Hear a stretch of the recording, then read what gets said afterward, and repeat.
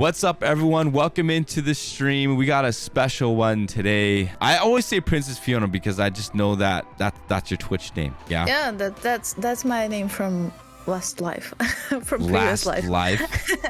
Yeah, you know, I was working in esports for 2 years, so You worked in esports? Yeah, I did. I was team manager for CS:GO team and PUBG team. You were a team manager for CS:GO and PUBG. Yeah. What? And that's when you got partnered on Twitch? Yeah, exactly. That's the reason I have a partnership on Twitch. And then you started doing photo retouching like shortly after exactly. that? Or? I was doing retouching, and then I have like this proposal to start doing managing in esports, and I was like, oh, okay, let's try it. That sounds fun, and that sounds like a lot of traveling and cool new stories. So I decided to get to esport, and I worked for 2 years. But later, it's pretty nervous job, you know, like a lot of people, a lot of stuff to do. So yeah, I was tired after 2 years, and I decided to get back to retouching. Wow. So, man, we got a lot to talk about today because when I started streaming, did you like randomly find me on Twitch? How did you jump into the Let Den Academy? I think yes, I was like doing my retouching streams, so I was curious who else is doing retouching on the Twitch. So I was browsing around, and that's how I found your channel. And it was like not really looking like everyone else. It was like, you know, what is cinematic? Like, who's from Hollywood is like making this? It was. You're like, this guy realistic. has a bun on his head. What's going on? Nah, bun is pretty fine. I like that bun, but you know, it's looking like really cool. Like you put a lot of your own power to it. Okay. Yeah, effort. Oh, that's cool. That's cool. Yep. And then you're around for a bit, and then you and then I remember I hadn't seen you for a while, so you just been like retouching and stuff. Yeah, I have been retouching a lot recently. Before everything started here. Yeah. So yeah, I was really into work, and you know, streaming with clients' photos, I don't do that. I like to keep it confidential so my clients can be sure that like it's in the right hands. Yeah. That's all right. Cool. So what we're gonna do is I'm gonna pull up your website already. And by the way, chat, if you want to know who our guest is, just type !guest and you will find it. And we'll start with the gram. So let me sign into Instagram real quick, and then we'll get rolling here. All right, your name is Nadiia. Yeah, it's Nadiia. Right? Nadiia. Yeah, Nadiia. Yeah, everyone in the USA say like that. When it was the first time in the USA, I was in Chicago, and everyone say like Nadiia, but it's Nadiia. That literally sounded the exact same to my ears. I don't know about you, chat. Nadiia? Like, do you say it with like a J or like a D? D, it's Nadiia.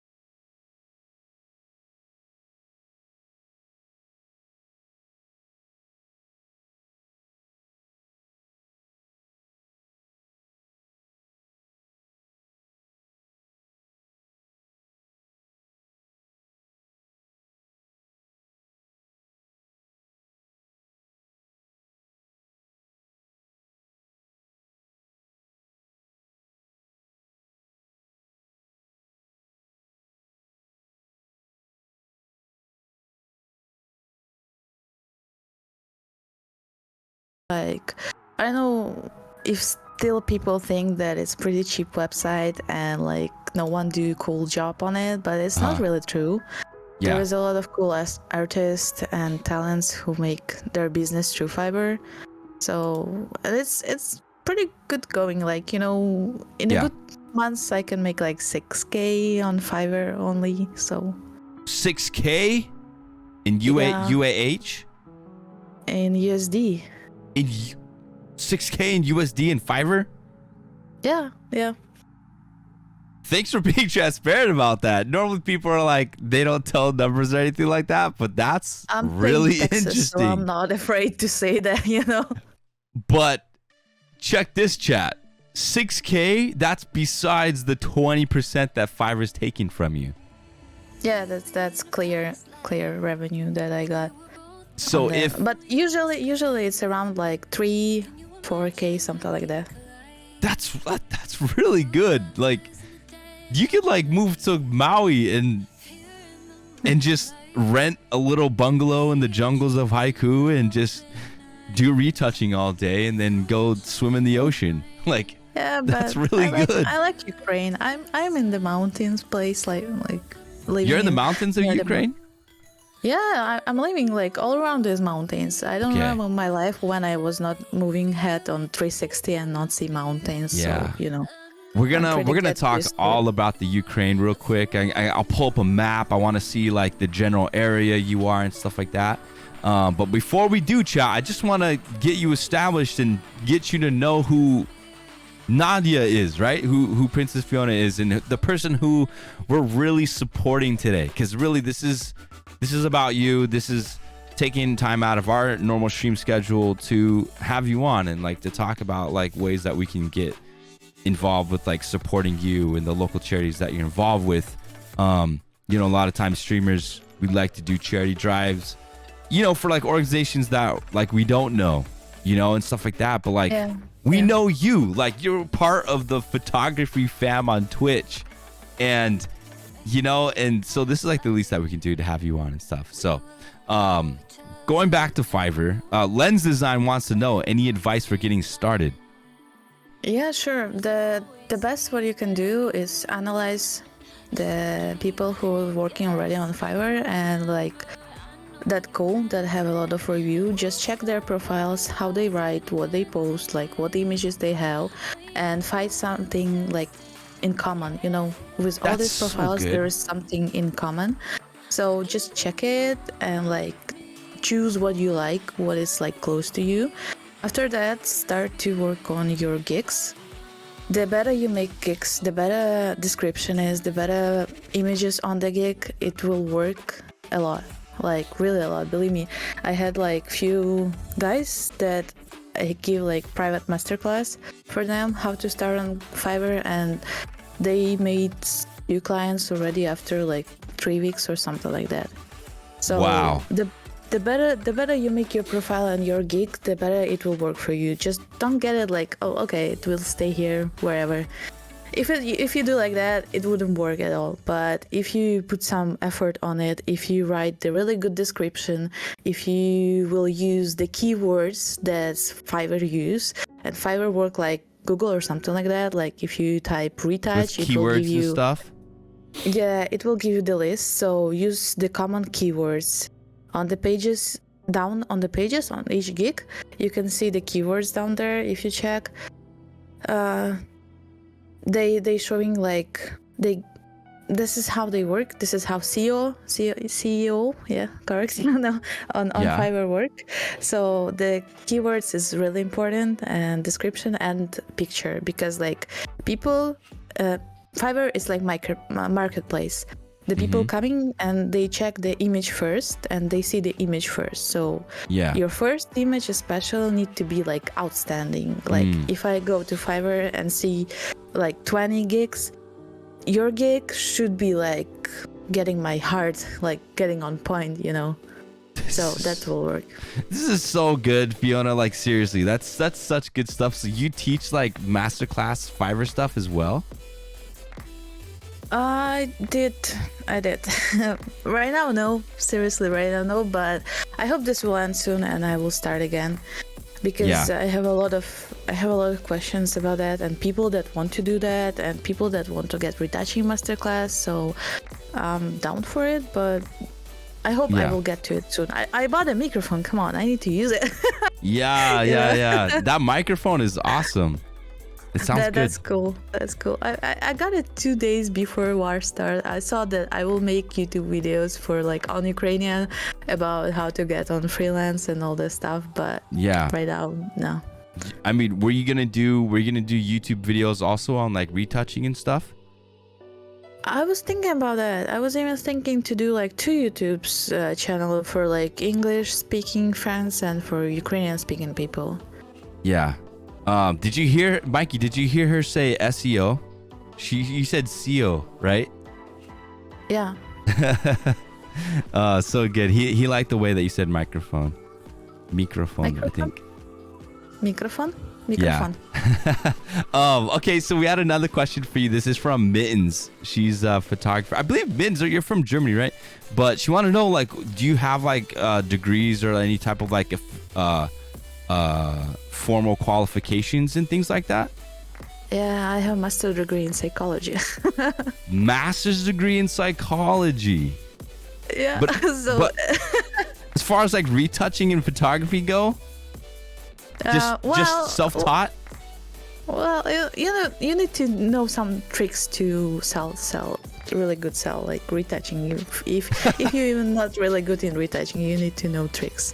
And psychology is pretty good for that. But yeah, I'm not working as a psychologist. I didn't work.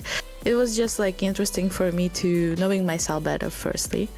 So I got to study for psychology, but I was shooting since I was 14 or something like that. So after I decided to move to retouching only, that's how it's become my job. So I was starting from YouTube videos, how to use Photoshop, and just clicking. So I don't have any degree in photo or retouching, but I have a psychology degree. That's all. You got your psychology degree. You went to YouTube University. You got your degree signed and written in crayon, and you're all good to go on that. But didn't you come in to stream the other day and you shared with us a video from like a popular YouTuber? Do you remember that? Popular YouTuber, like, and they put out a challenge about hiring Fiverr retouchers. Yeah. Do you have that video? I would love to show it. I think I need to check it. Found it. 1 sec. Okay. Oh, that's really why you didn't give me this like before? Because it just came to my mind. Jessica Kobeski. Yeah. Alamo remembers. Alamo, did you do something like that too? Or something? Alamo, weren't you featured in some like YouTuber? Okay, let me check really quick. I was crying when she posted that video. I remember. Yeah, that was so overwhelming. Jared Poland's rapid fire. Oh, the fro knows Alamo. The fro knows Alamo. So here's my question. How often do you take photos? Of myself? I mean, in general, do you ever do any type of photography? Or are you just strictly retouch? I haven't do photography for maybe like 10 years or something like that. I only do retouching. Yeah. You know, like doing photography is much harder than retouching for me, and I think it's overall much harder than retouching before, because like, you know, in retouching you can always have like steps back. Like if you did something wrong, you can get back, you can start over. And when you do photos, especially on some events like wedding or something like that, it's really important to make like everything good on point, because you wouldn't have second time, you wouldn't have like chance to change something. And if you will ruin someone event and picture wouldn't came out really great for some reason, that can be really difficult and really tough. So I had shoot few weddings, and that was like pretty You have shot a difficult. couple weddings? Yeah, that was pretty difficult. experience, to be honest. That's my cup of tea. I like it. Once I came to wedding, like the fiance and didn't really want to take picture, so I was like the guest photographer. You know, someone gift me on that wedding, if you can say like that. And they didn't really want to take pictures, and I was not like, I didn't know what to do. That's like first time I got in that situation that someone didn't want to make pictures, and I was like asking, please. Was it awkward? That was so awkward. That was like, after that I stopped like shooting at all. I was like, retouching is much better. Yeah. So real quick on this video, which one were you? Which was your retouching? Can you guess? I forget. Okay, that's gonna be challenge. You need to guess. Yeah. Okay, I just can skip to the end. Hold on. Just get to all 5 together, and there's some show. It's all 5 together. Get all 5 together? Yeah, there was some shot on some second that all 5 images together. Oh, right here. At the end, yeah. Yeah. Okay, which one is Fiona's, chat? Which one do you think is Fiona's? The $5, the $20, the $50, the $100, or the $300? My guess is... Wait. I'm going to let chat guess, and then I'll say my guess, and then you tell us. Leon says the $50. All right, anyone else in chat? Foo says the 50. This is a trap. I can see them well enough to guess, and I'm not insulting Fiona. I can't see. I can't see them well. Lens Design says the $300. I'm on mobile. This is impossible. Okay, my guess is the $20. Bingo. Oh! Fiona's is the $20 edit, and it turned out that Jessica liked yours the best. Kinda. She said that she liked it the most, and she put it on 300 on her video, so I guess it should be like the best, probably, if you can say like that. Chat, you hear that? Jessica thought Fiona's retouch was the $300 retouch, but the $300 retouch was this grossness. Sorry, no offense. They're probably way better than me at retouching. But watch the video, guys. She posted the link to this in the chat. You guys can watch it on your own time. But Fiona's was the $20. Look at. I mean, you could just see like the quality of work here. Yeah. Just take a spin through Nadia's website and Instagram, and you can see her work and all that good stuff. We just value the retouch more. Yep.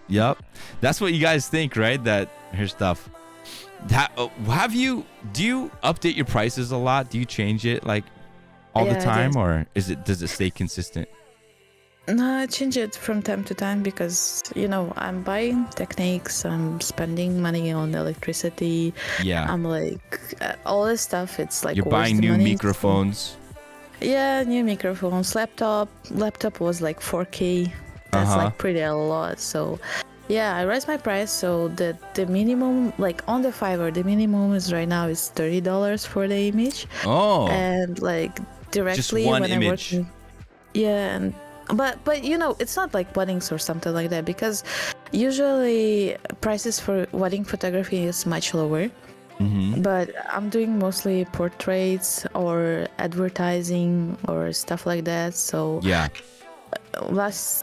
probably before everything started here, the last I was made the advertising campaign in Japan for Shiseido. Wow. It's like pretty big makeup company. So that was cool. And yeah, it's like for the USA, as I know, the minimum price for the image kind of like that is $40, and for advertising it's something between $150 and $300. Yeah. So yeah. So $50 for an image, it's not that much. The Alamo just said Shiseido with question mark. Is that a big company? Like, what is that? I've never heard of that. Yeah, it's a pretty big company. I was about to ask you, like, who was your like company? I was gonna ask you, who's your biggest like client or like your most like exclusive client? Would it be Shiseido? Probably right now, yes. I was also retouching for pillow. How they call it? Sorry, I'm just like headache a little bit. Ostrich pillow. You know this weird pillow that you put hands on it and it's ostrich like pillow? Yeah. I was retouching for some time for them. What? Wait, okay. Can we go to the website and see which images you retouched? Let me then share my screen so I can see it. Okay. Because like I can see what is on stream. Okay. The original napping pillow. Did they send you one? Please tell me they sent you one. No, they didn't. Ah.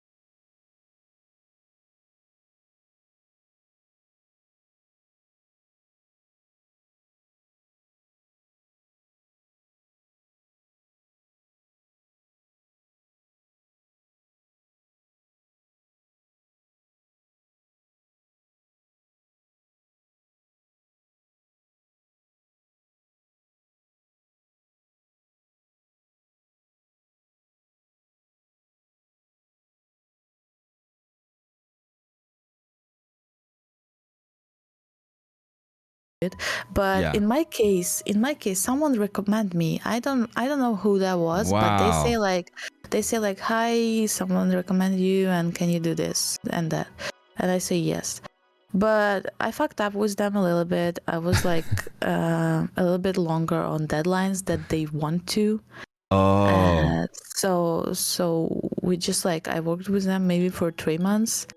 And they have really a lot of images, and it's really hard to put like all together orders and like got overwhelming. Coordinate. No, it's just like hard to coordinate with everything. With Fiverr, Instagram, website, and all that stuff. Yeah. It's pretty hard to coordinate between orders. And Fiverr is making the worst because I can't expect when order came. Yeah. Order just like it's marketplace and people just buy it and they buy it, they came like if you see right now I have like how much 5 orders in total. Oh my gosh. Yeah, we're in the dashboard of Fiverr. Yeah, and I need to make picture in 1 hour and 30 minutes, you know. Oh my gosh. I'll be late a little bit with that, but that's fine. I have pretty good statics, you know, for not reading that. So yeah, this is how this look like. And you know, order came and I can't cancel it, but I will lose money and I will lose stats. That's like mainly on Fiverr is like count the most your stats, because you have like analytics, and if you open the gig page and go to exactly gig. Like right now it's down here because I was not working at all. My services was on pause. And if you see from this, I came back and immediately like 5 orders came and my stats already coming grown like 250 Oh impressions. It's like really, really good. And like, Chat, did not know that we would be getting like a deep dive into Fiverr and just hearing from one of like the most successful on Fiverr. Like, this is crazy. This is so cool. Like, we really appreciate you being upfront and sharing this stuff. Like, we never get to see this. I hope you don't tell Fiverr about this, chat. I don't know if she can do this or whatever, but yeah. Well, I think I know the TO's like terms and conditions probably like like, you know, every single word that I say I know probably in my mind. Really cool, because I read it for a lot of times and they don't have any words to like you can't show what is going on Fiverr or something like that. They have words about like images and orders by themselves.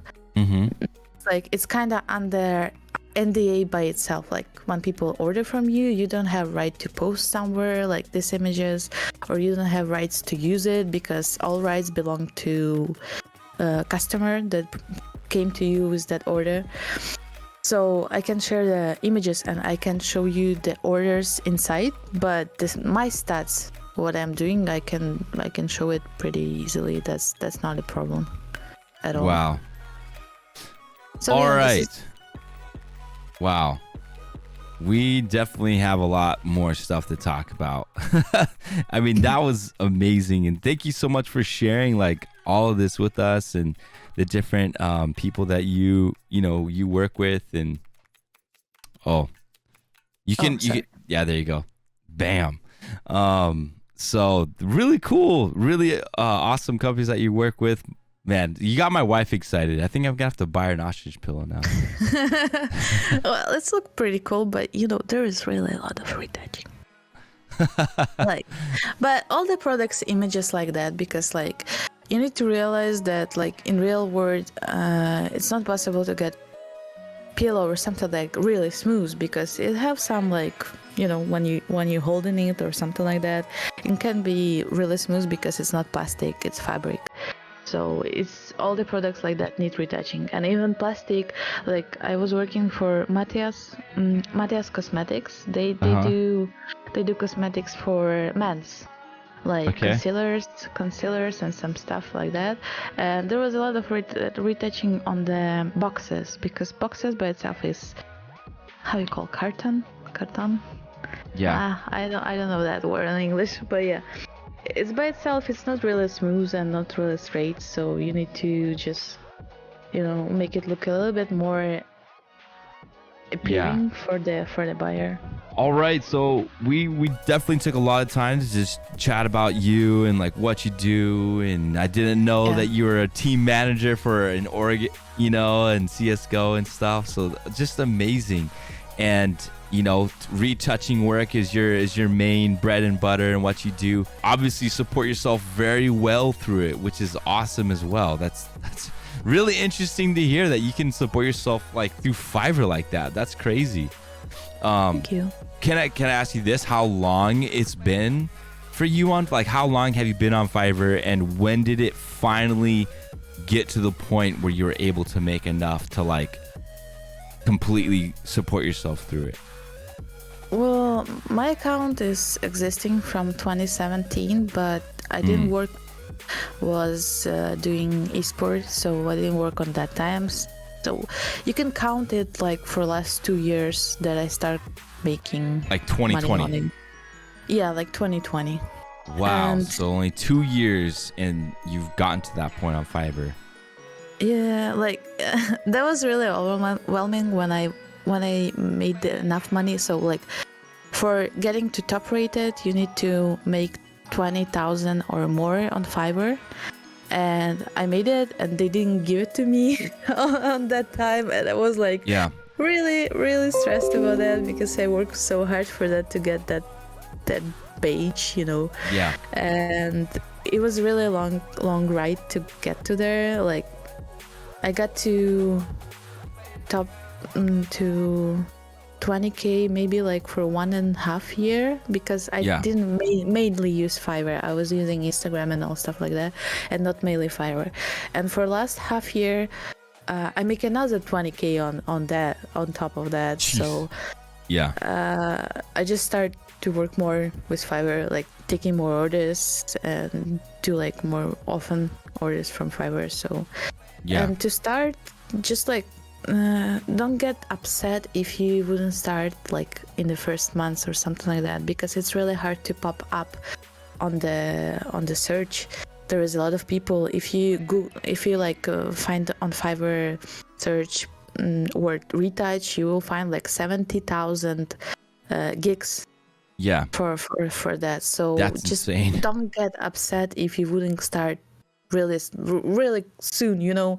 It needs some time and it needs some work, and I believe that if you put your effort on it, you can make everything like even top rated in less than 1 year for sure.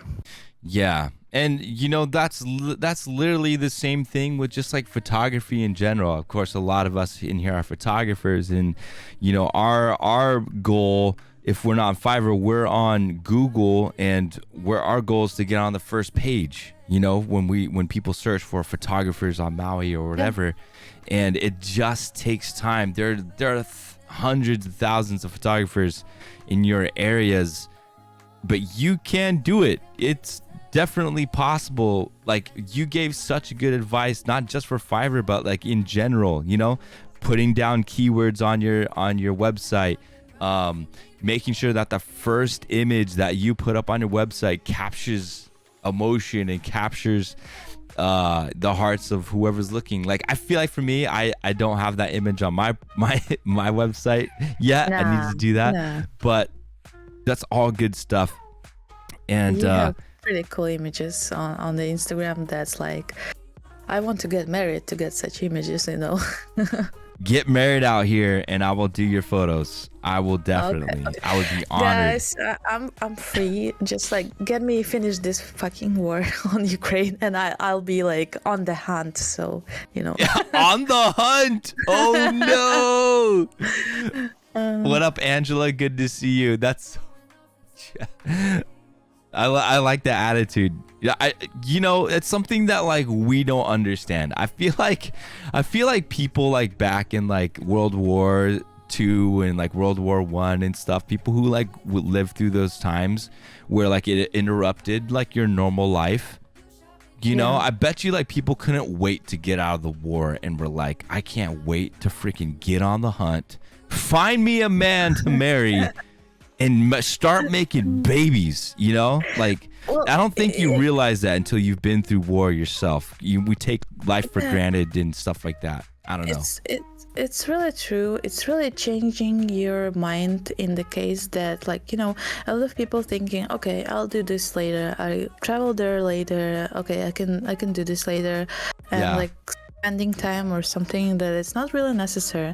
But when you get in a situation when all your country is in the fire and something like this happen and people killing, and you just think that I would like to leave and I would like to get in love and do just like this basic stuff, because it's pretty basic stuff that every human wants to.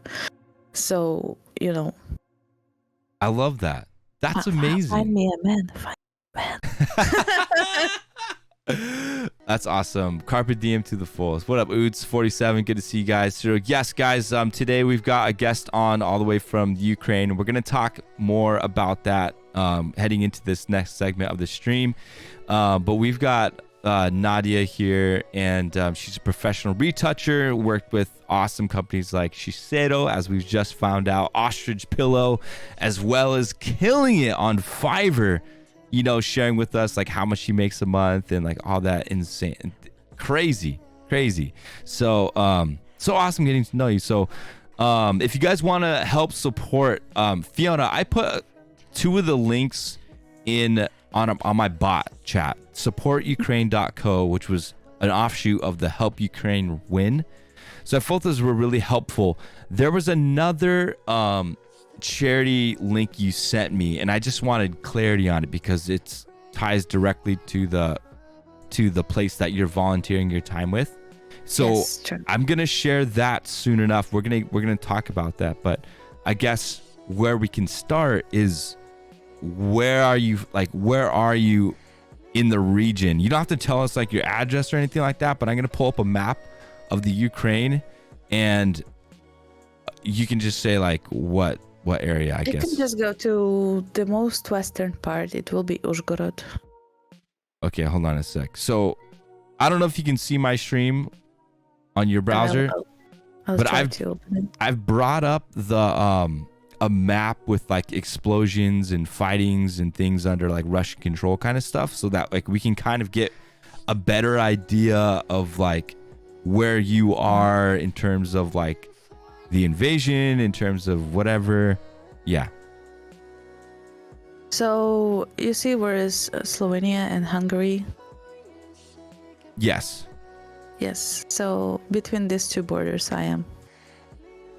Right here. Yeah, like really close to border. It's like 1 kilometer from me. Okay, cool. You see this yellow spot on there. So Actually, you're closer to the. Okay, this right here. Yeah.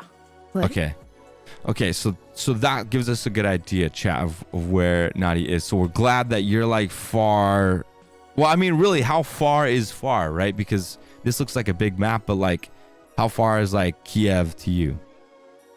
Kiev is probably 1,100 kilometers, if I could remember, or 1,500 kilometers. All right, I got my trusty Google. I'm not sure how much is in miles. That's about 600 miles, 700 miles. Yeah. This wizard math. Yeah, I don't know those wizard math. It's foreign to me. 700 miles. Let me see. Hold on a sec. Let me get more relative. Okay, so Hawaii to the mainland is about 2,000 miles. 2,000, so this is 700, so if you round down to 500, so okay. Just a smidge smaller than Texas across. Okay, cool.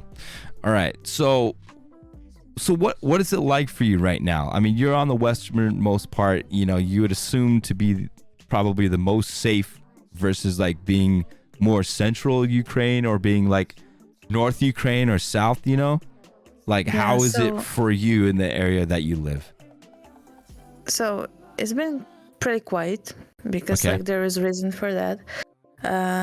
You know, the Russian bombing, it's not really getting in target usually. So there is a big chance that if they got bombing on Uzhgorod or something like that, we're really close to border. If they got on the land of Slovakia, that's immediately need NATO to start to get into war because it's like infecting the Euro countries, so they need to get it in the touch and react on that. So that's why this will be the safest spot. I think that nothing happened will here like in terms of bombing or something like that. But what Russia doing right now is they do full war. They do almost genocide because they not like just fighting with army. They fighting with civil people. They killing children. 16 children was killed already by the Russian troops, by the bombing and all stuff like that. And that's like, I don't know, it's really hard to talk about that, but that's what actually going. And Russia saying like the worst part of it, that Russia saying that it's like the thing that they doing is for saving the Russians on the Ukraine. That's like we are trying to kill Russian people that are Ukrainian, but they are like pro-Russian. They're kind of want to get to Russia, and we just like killing them. And they say that they want to save it, and it is save mission for them, but it's not. And a lot of people in Russia believe in it. There is like huge propaganda all the time on TV, on all the stuff on social media. There is like biggest propaganda that you can imagine, and people just don't believe that. Like, for example, in Kharkiv, if you saw the images, the cities looks like awful. I got some images here. If you I'll full screen you.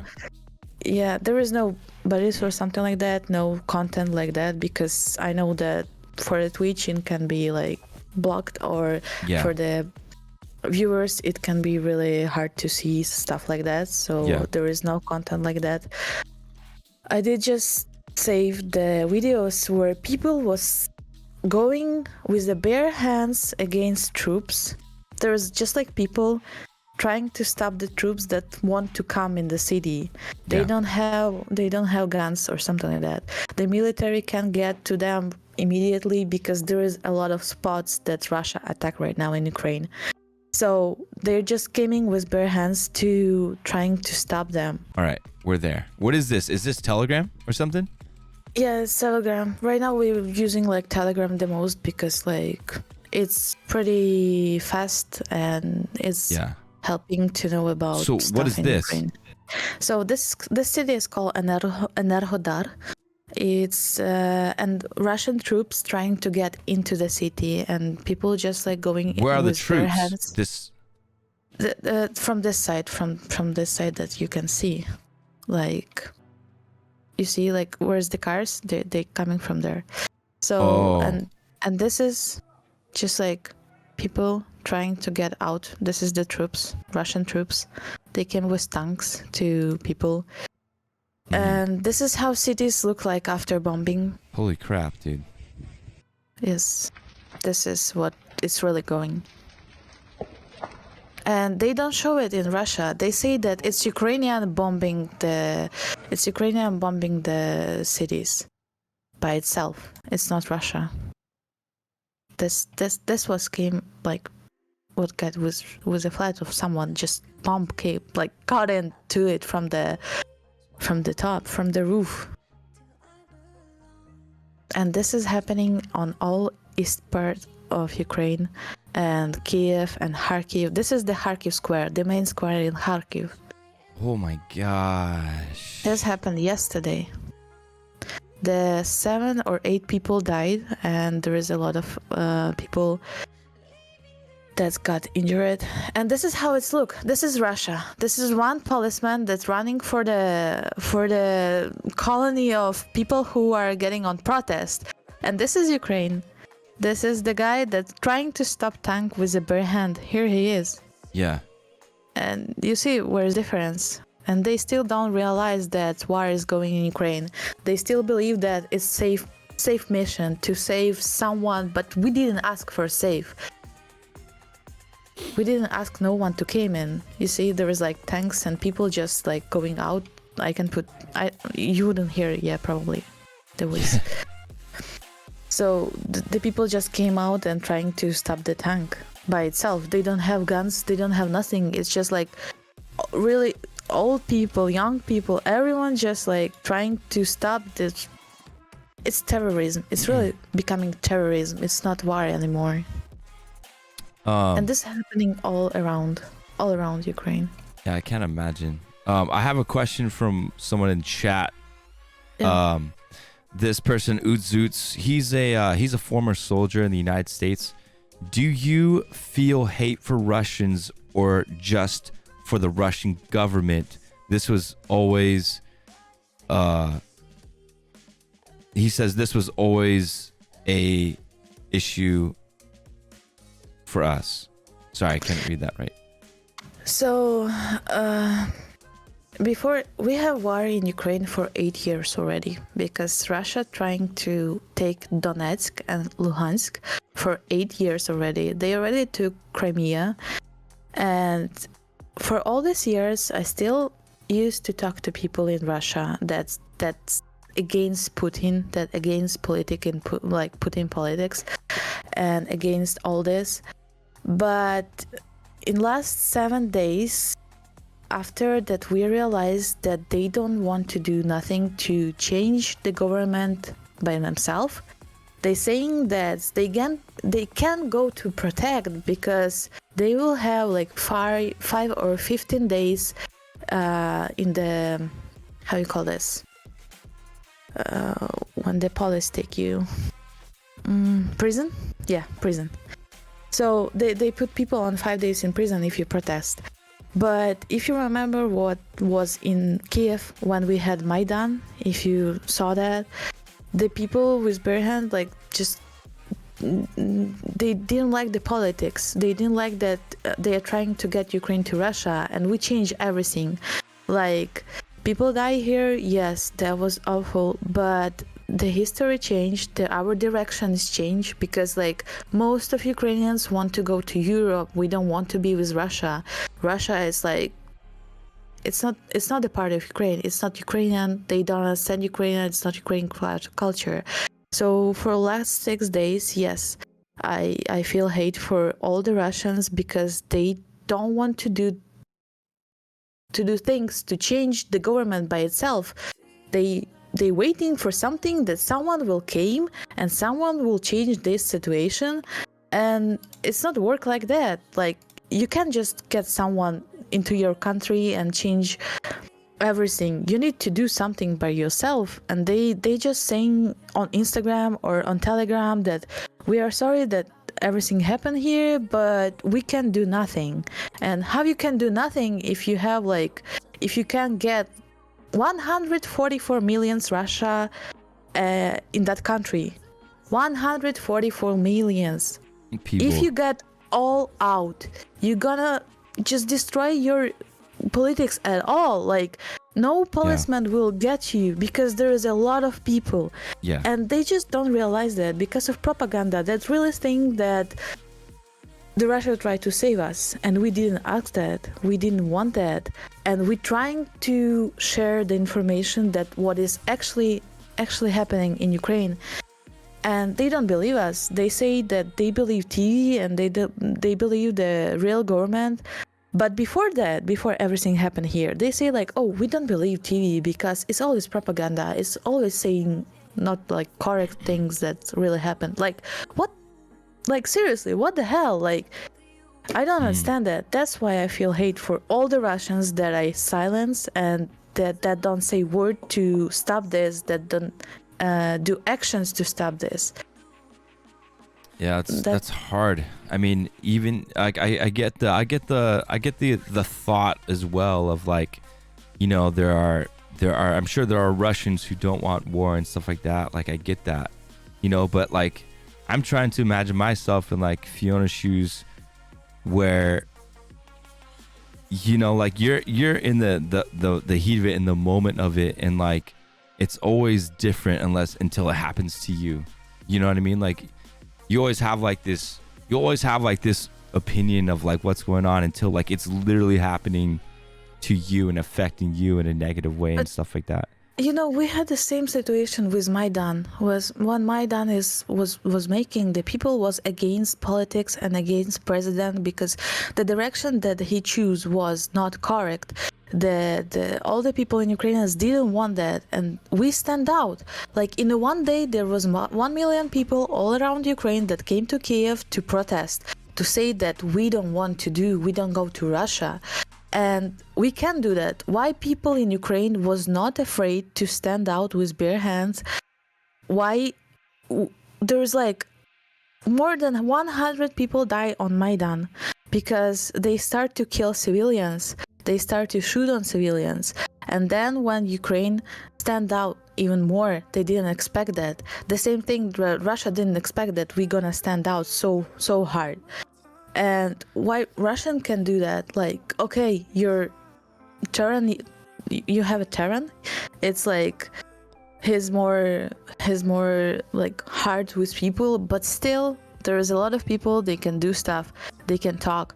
They can go to protest. And right now there is protests really happening in Russia, but it's in small way. Like, you know, people just don't get like enough people to protest. That's why the police take it to the prison mostly. There is a lot of arrest of the people.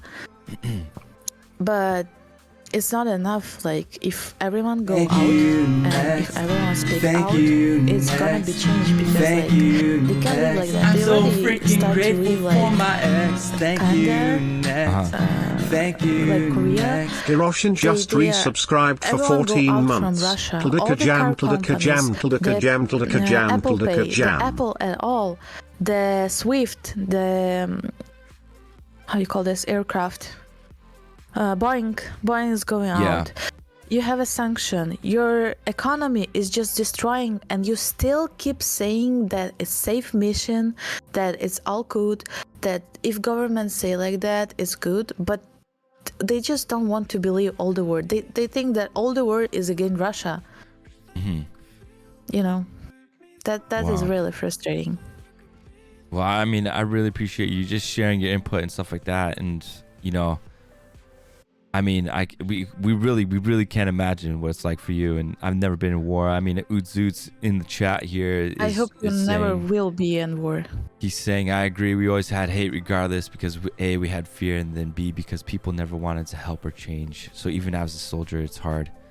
What up, hero? Good to have you. Tori Sky says 5 days in prison, totally worth it. Actually, yeah. It's not that bad.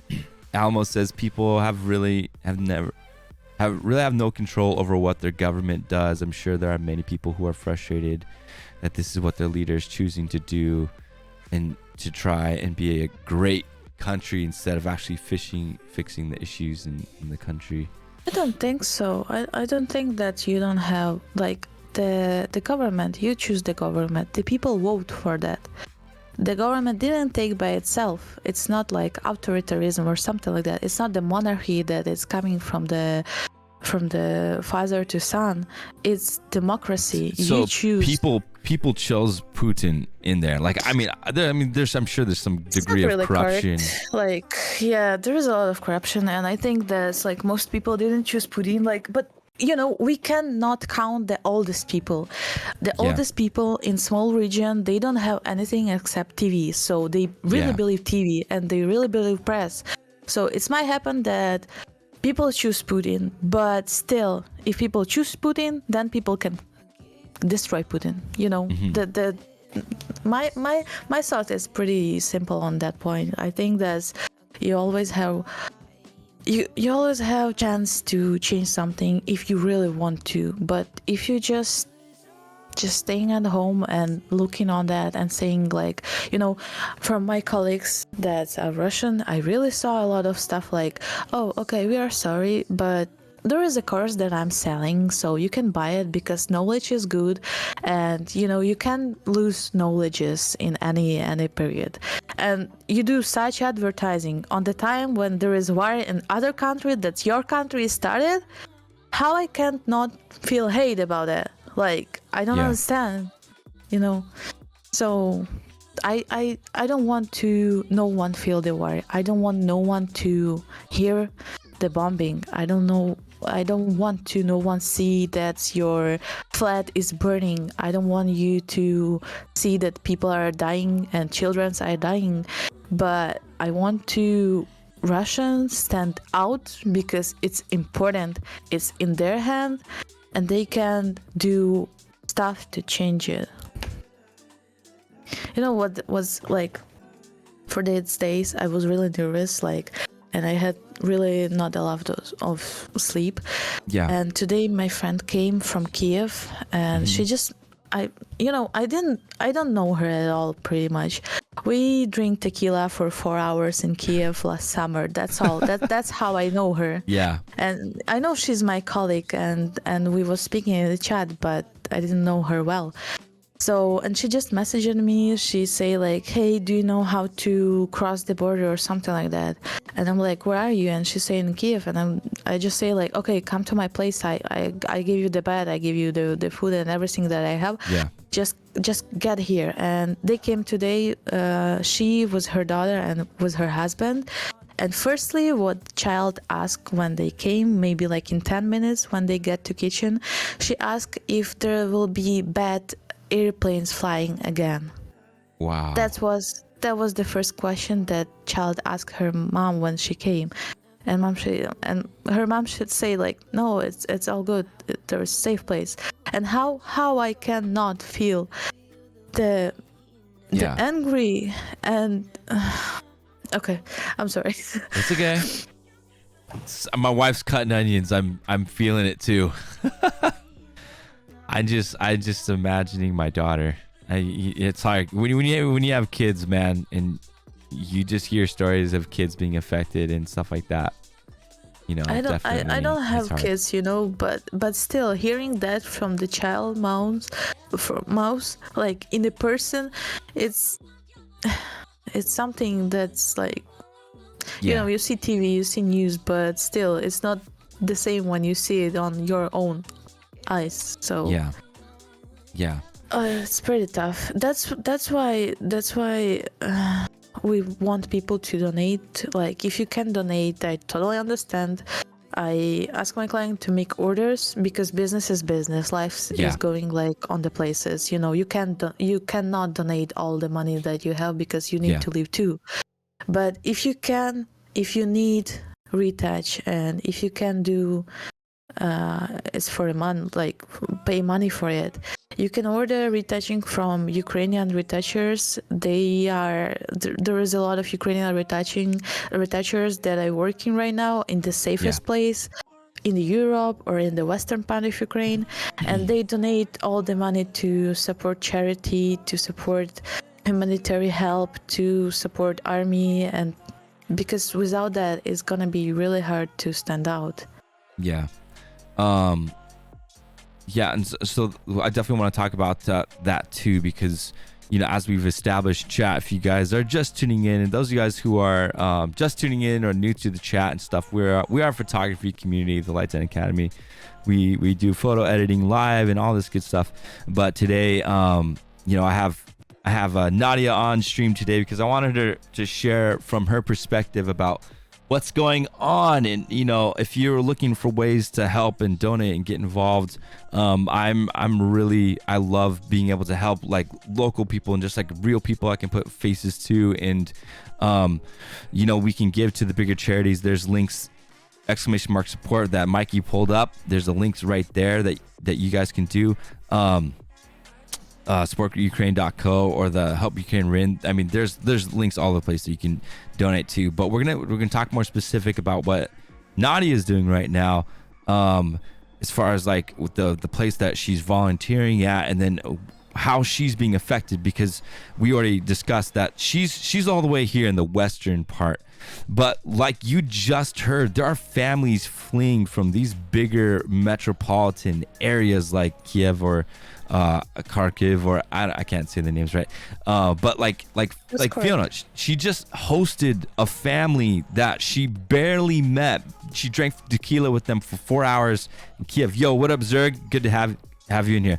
But she drank tequila this woman for 4 hours, and then the next time they get to know, she's hosting them in her house, giving them food and things that they need to continue on their journey. Did they cross the border already, Nadiia, or like are they on their way, or they're getting prepared to do that? Or they don't know. They really don't know what to do right now. They're gonna stay with me for some time probably. As long as they need, they're gonna stay here. Like I'm not getting out someone that's in need right now, so they don't know what to do right now because of the war. There is some special rules going on in Ukraine that men in the age of 18 to 60 cannot leave Ukraine right now. So, you know, they have a choice, or to send the mom and little girl out to Germany, or to stay together here in Uzhgorod. So they don't know what to do yet.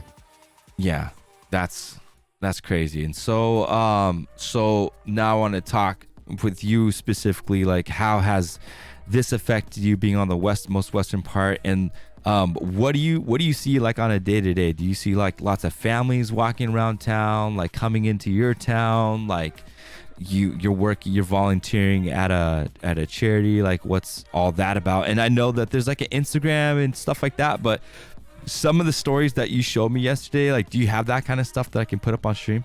I ask friends to make videos direct from there. Like it was 2 hours ago. Did they telegram it to you? Yes. Oh, let's go. Sick. Yes, there Dude, is. this is stuff that like chat we don't see on the mainstream media. Like this is another thing that why like I wanted to have you on is like all these like videos and stuff like that. You don't see that like on the mainstream, not at all. And so this is really cool. So this is they are hosting the food and hot meals to the people that came to Uzhgorod, because there is a lot of people who stay in the schools, in the gym. They build special places to them to live, like to sleep. When you do the videos, there's a little option for you to expand it. Can you hit that when you show the videos? Let's try it like this. There you go. Bam. So this is where you're volunteering at. Yes, I'm helping them mostly with money, just giving them from time to time, because there is a lot of people who are cookers and stuff like that. They are helping a lot with that, but I can do retouch and make money on that and just donate it to them. So I'm more useful to do like work that I know and get the money than just like smart. Helping. You don't know how to make a ham sandwich in mustard, but you can definitely do a mean retouch. Yeah, I know how to make ham sandwich. I want to get married, I need to do more like that. So, chat, you heard it. You heard it. She knows. Fiona knows how to cook. Chat. She's looking for a man. Okay. Continue. Yeah, so this is where they host the food and getting like stuff. It's afternoon, so there is less people because the most people came in to the breakfast, lunch and dinner, and this is somewhere in between, these two. Wait, there is kids you see playing, sleeping around.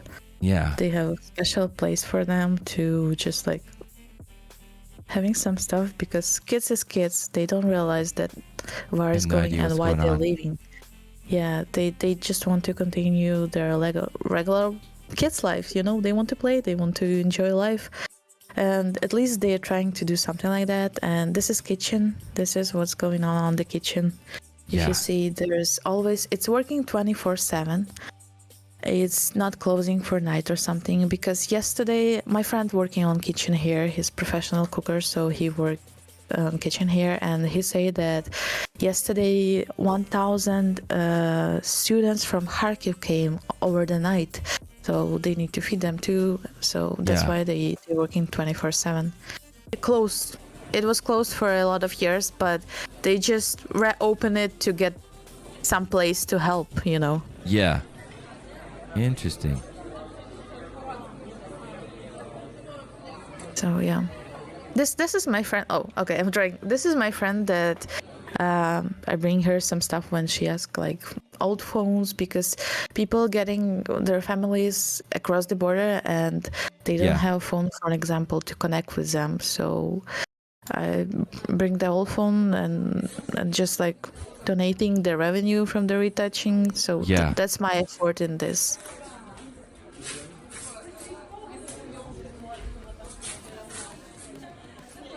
And they are making sandwiches. If you see someone that you like, probably it's your future wife. Why not?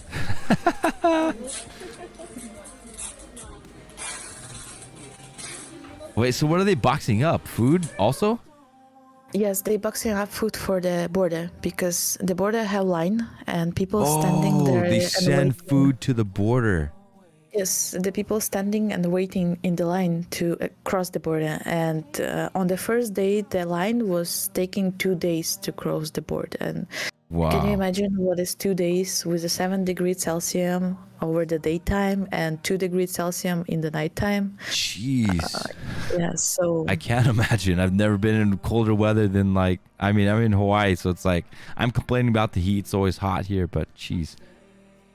Yeah, so they pack food for the borders, and they cook on the border too. Like there is this kitchen outside that they cook, but mostly they having like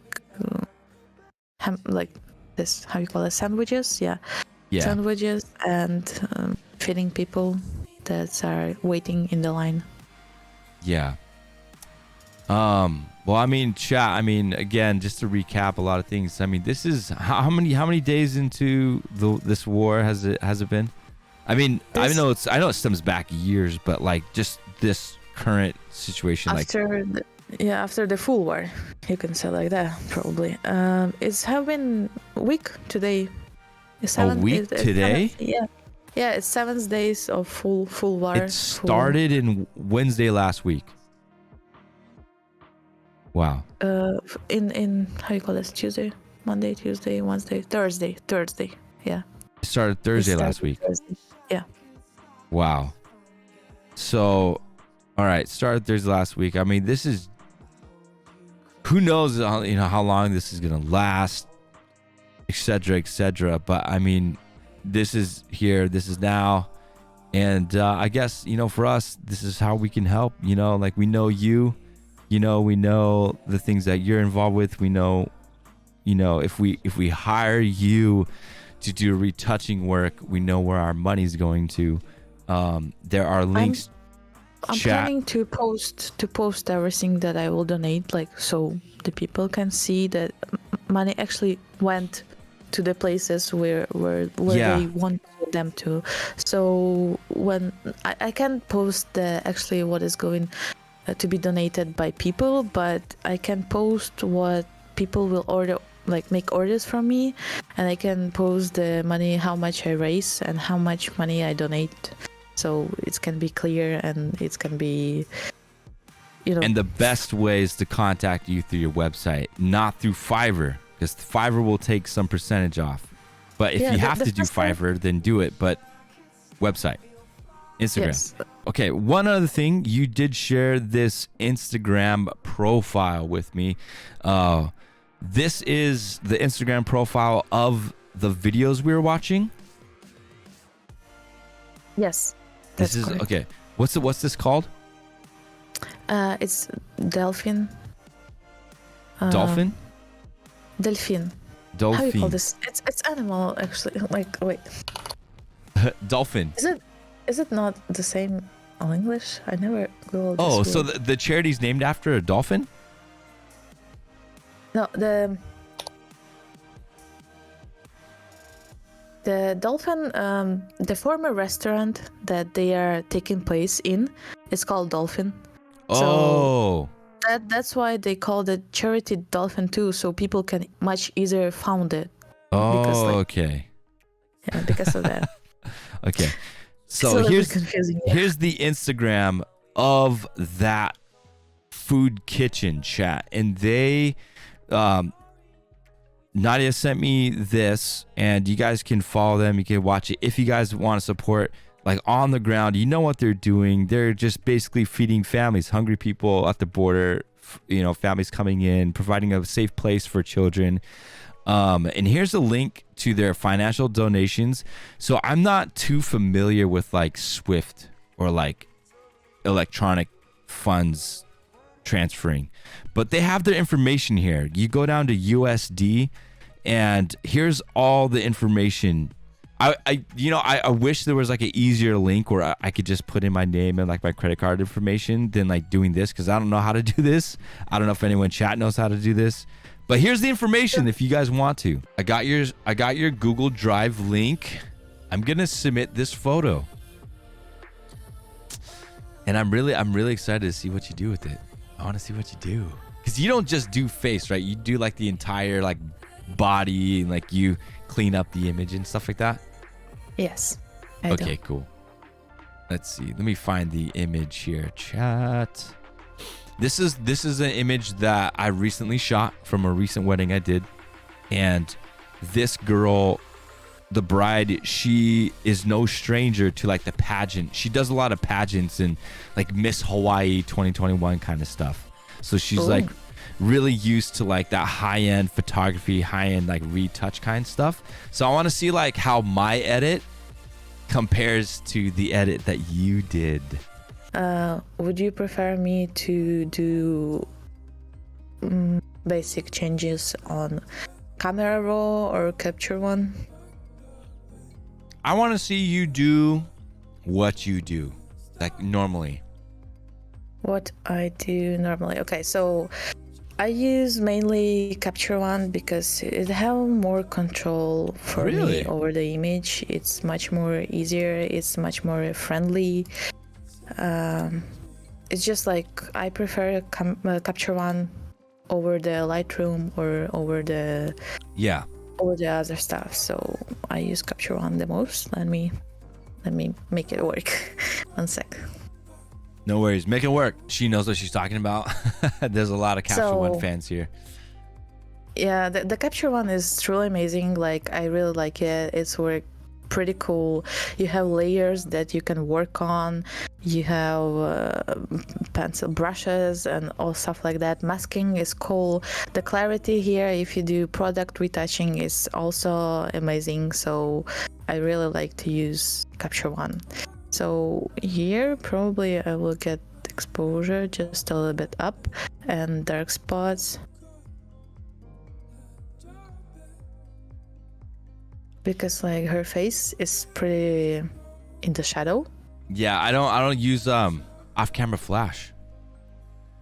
Yeah, that's not too big deal. That's not a big deal. Because because you can use layer mask and just paint on the dark spot that you want to get out, to bring light on.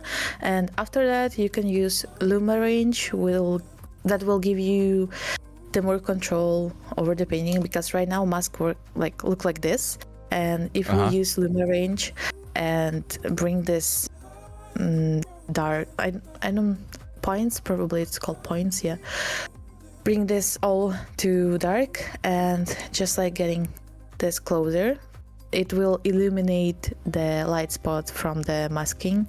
So we will just take the darkest areas that we have and that we masked. So this will just like work on the darkest area, and I will fix that on hair because there's too much on hair. And after that we can get blacks out more to make her features on the face more visible, and a little bit of shadow. So if you see already, like, she have eyes. Get back to the image, yeah. So that would work. I will just get out from the hair here because there's too much. I don't really want to show it on the mask, and it will be like this. And I think the environment behind her need to be a little bit darker so she can stand out more. Okay. Man, this is so cool, chat. I'm excited. I've never had Fiona on for like an edit my photos kind of thing. So this is the first time we actually get to see her do some work like this. I'm excited. This is awesome. So I just made another layer and masking the areas that I want to get darker. And I don't do color correction on this tab because like there is difference between working on someone images and working on your own. Yeah. Like usually photographers, they have already imagination like how image should look like, what they want to see in the final result. But when you're working with a client, it's really hard to guess what he wants to see in the final results. So you always need to work with a non-destructive technique if you can. And non-destructive technique means that you can always get step by step back if you need to change something. So I only do just like this fixing with lighting, maybe like some spots that I don't like, that I want to not get intention to it or something like that. So that's my work on Capture One right now here. Fiona, Mikey says it's taken 20 months, but we're finally learning something on the stream. I don't think that is that bad, you know. My stream's not that bad, Mikey. Come on. Yeah. So just like getting it down, the shadows down a little bit, so she can stand out more. And I want to get this light here a little bit down because right now it's getting a lot of extension from the model. Like you know, the first layer, what we see on the image, it's like this spot, it's like kind of a little bit too bright. So one more layer And one more masking for this, just like it's like painting over.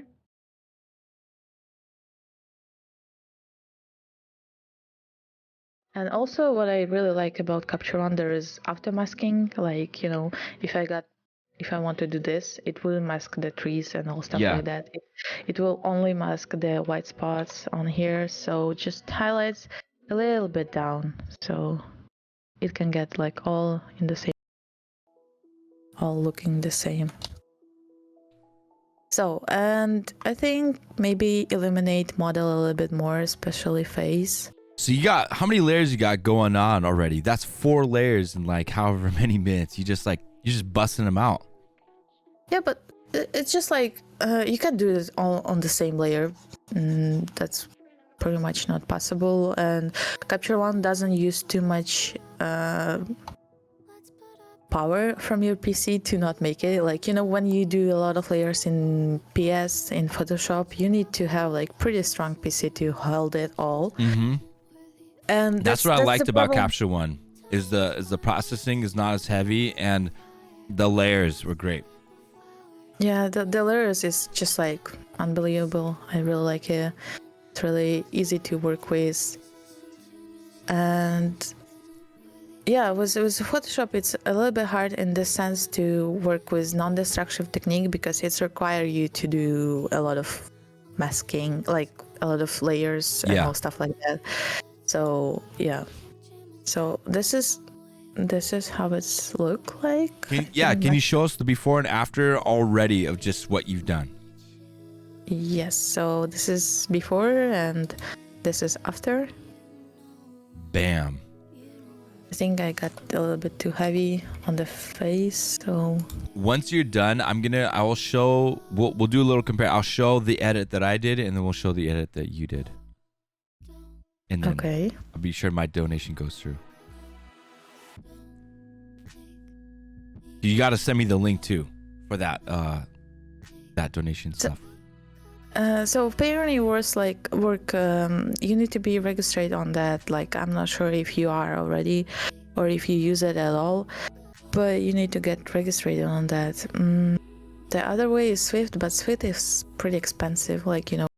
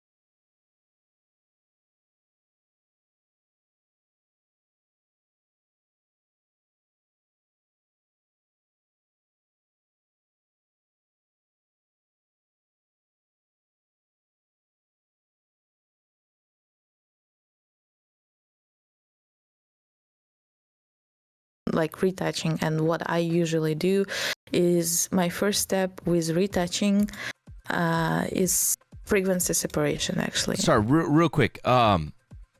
Just to be clear for everyone, PayPal doesn't work in Ukraine, correct? PayPal work in Ukraine, but only for sending money from Ukraine. But from we cannot, Ukraine. Yes, I we can't cannot send receive. money to her.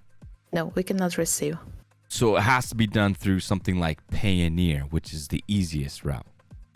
Yes. And through Payoneer, I can use my PayPal account to send money through Payoneer to you. And all I need from Fiona is her email, which she posted in the chat. I think yes, because I was sending money to my friend's PayPal through Payoneer. Payoneer, yes. So that should work. Bye, Angela. Thank you so much for being here. Appreciate you. Thank you. Thank you. So the first step will be frequency separation. I use the panel from the guy. It's called Retouch Ninja. It's really big. There is, like, if you see, there is a lot of different actions that already have in this panel. You can do your own. You can do some buttons if you want to, custom one, and just place in the, like, wherever you want in the Photoshop. Yeah. There is pretty huge. There is a lot, like really a lot of stuff in here. Thank you. So I use it I'm so because it's freaking grateful for my ex. simple Thank and it's you. pretty cool. Next. And, Thank it's you. pretty Next. nice.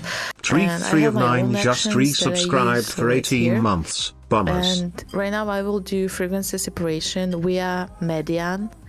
And median is like, it's the same way to do frequency separation, Yeah. but using median. I heard the difference between Gaussian blur and like median. And I forget so- what the other one was, but median was the choice of a lot of people. They like that better. Let's see how it will look. The difference is between that Gaussian blur is just like blurring images totally, like the low layer. It's blur. You see, it's just blurred. Like it doesn't have like borders on the light, on the shadow, or something like that. It's just blurred. Yeah.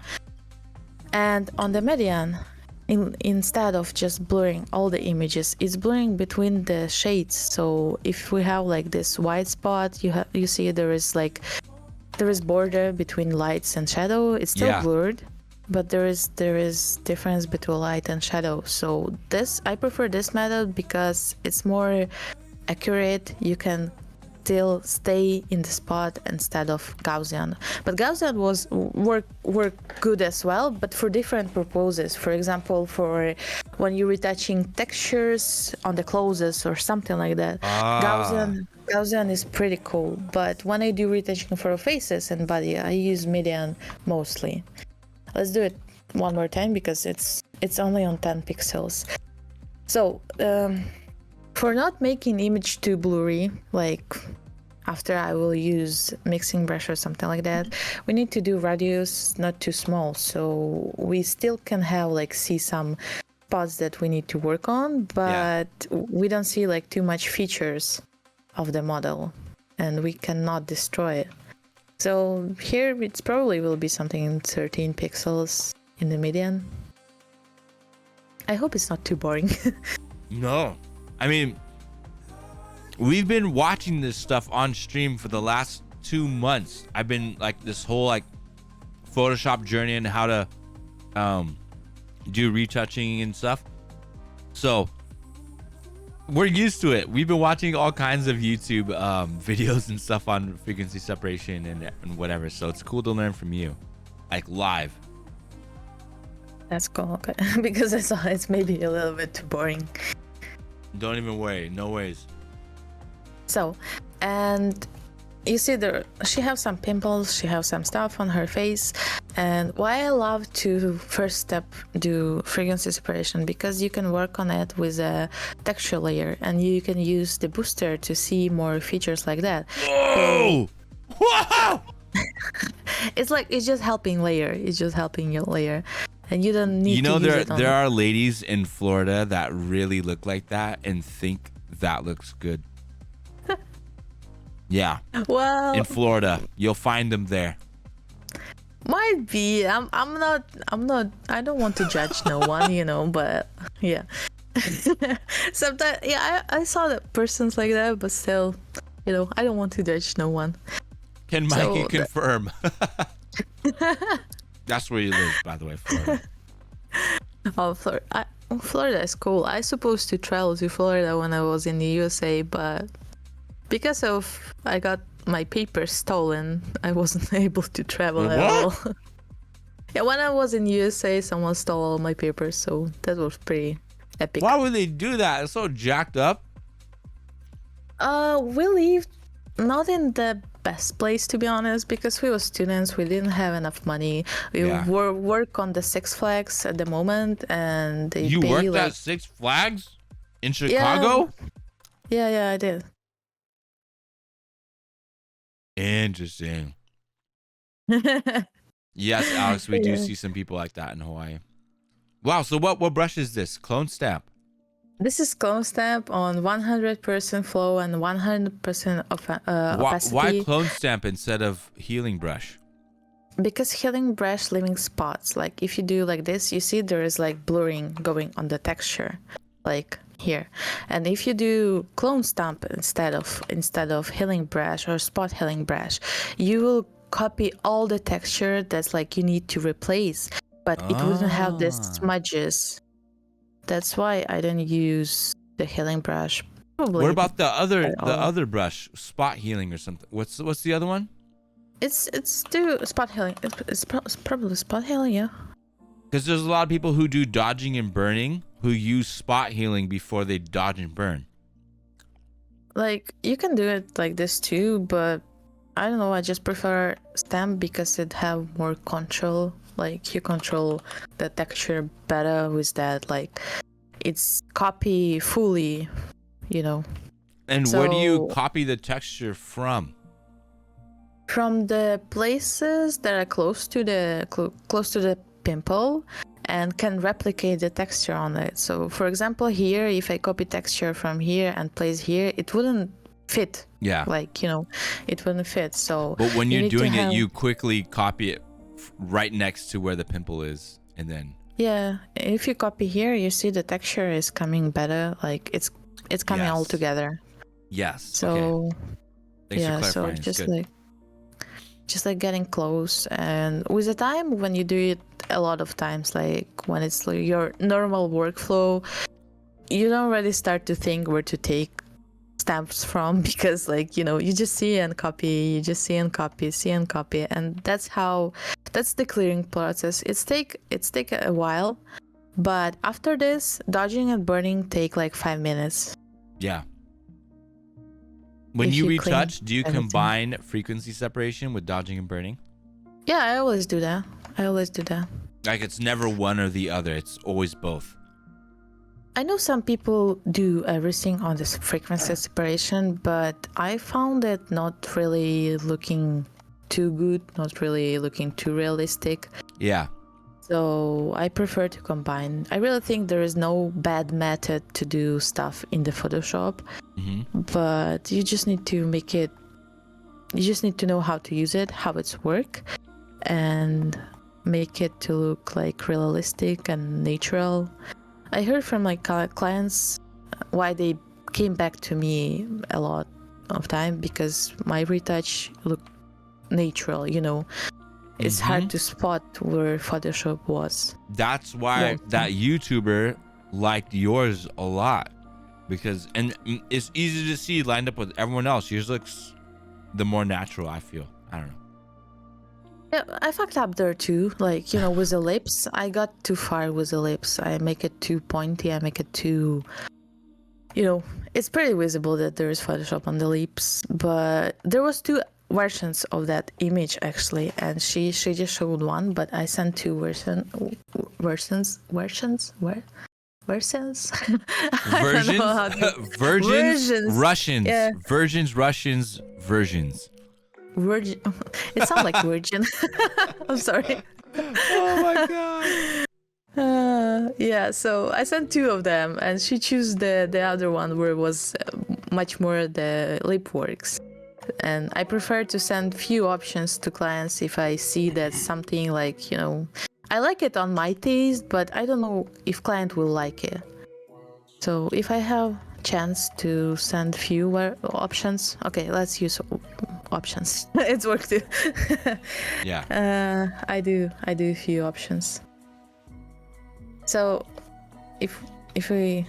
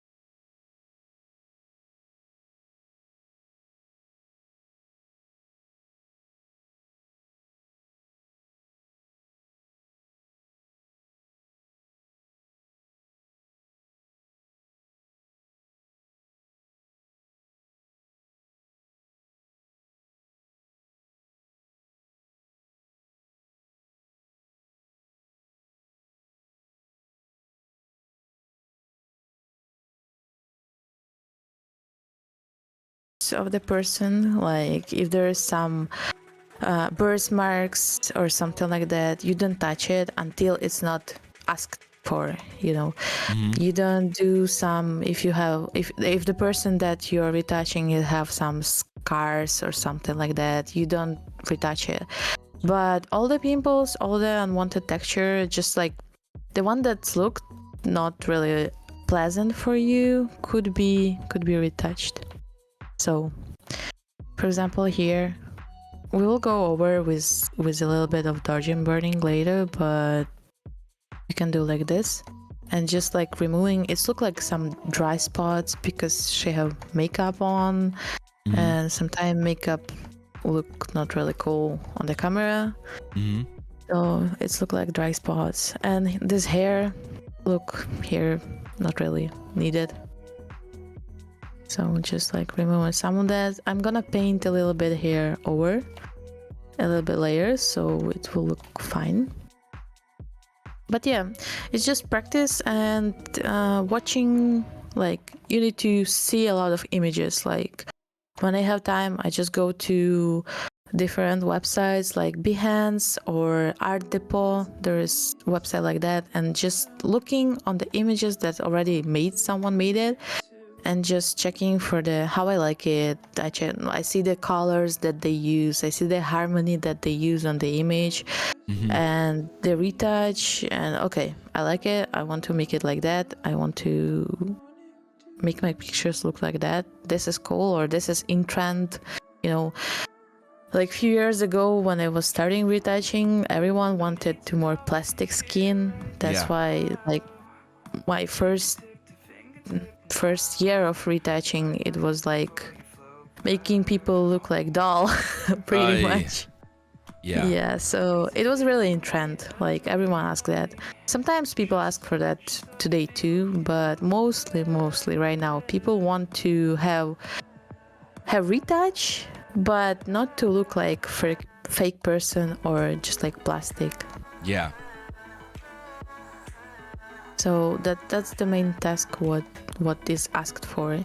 For example, on Fiverr, if you will try to work on Fiverr, just be prepared that Fiverr is a place for regular persons and not like there is not like too much photographers on it. There is a lot of people who just want to make them look on some family pictures, on some Christmas cards, or for selfie, for dating app, like other stuff like that. Retouch selfies for like the most crazy thing that I was asked for was like retouching for the part of man body. So yeah. What's up, Midnight Rush? Good to see you, man. We got Princess Fiona on stream. Hello. Raising donations for Ukraine, raising donations for the charities that she's working with on the ground out there, feeding families and refugee families out there. If you guys want to have Fiona retouch your images, Fiona, do you want them to submit images to your Google Drive, or do you want them to first contact you like through Gmail or something? Yes, you can email me on my working mail. Posted here. If you would like to. I think not all the people want to share their pictures in the same Google Drive. Yeah. So it's look like this. This is my working email. You can find it on my website too. There is on the website there.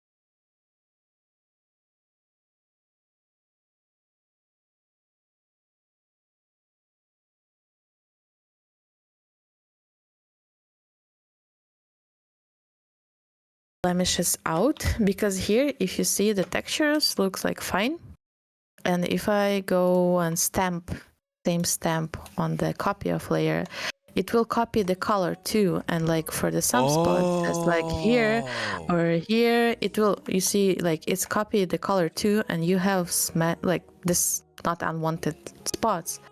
And when you work with frick, so you clone stamp out on the texture layer because it's not cloning the color.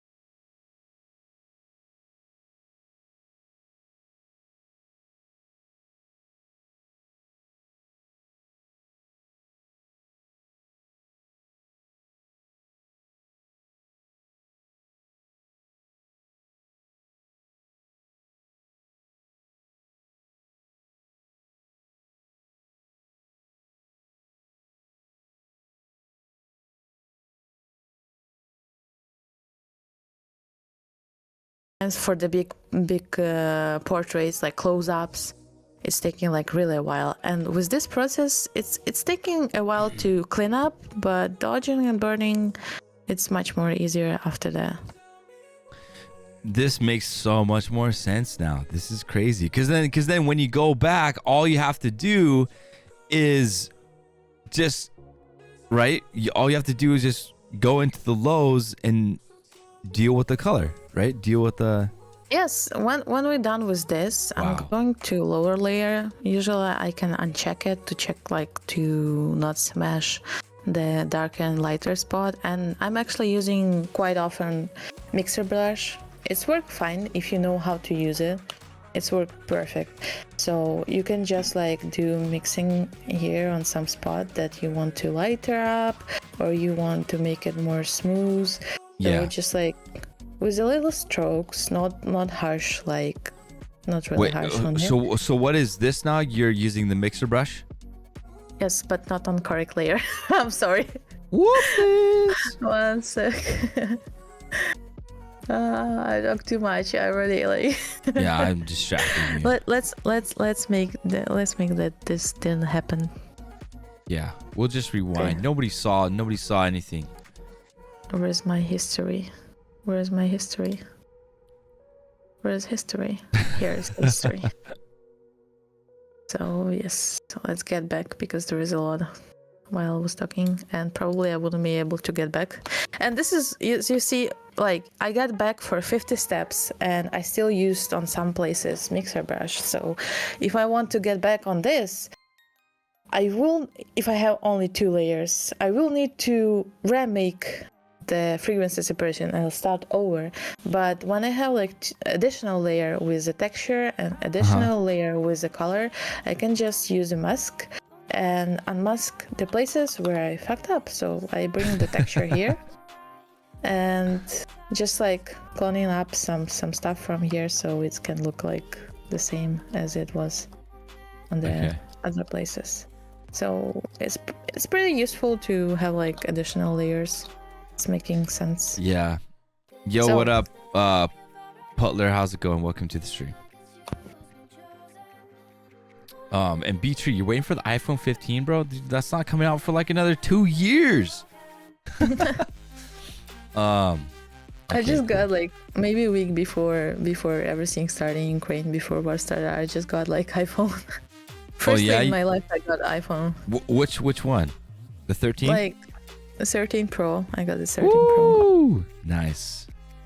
Yeah, but that's first time in my life when I got iPhone, and it was so difficult to get from the Android to iOS. What were you using before?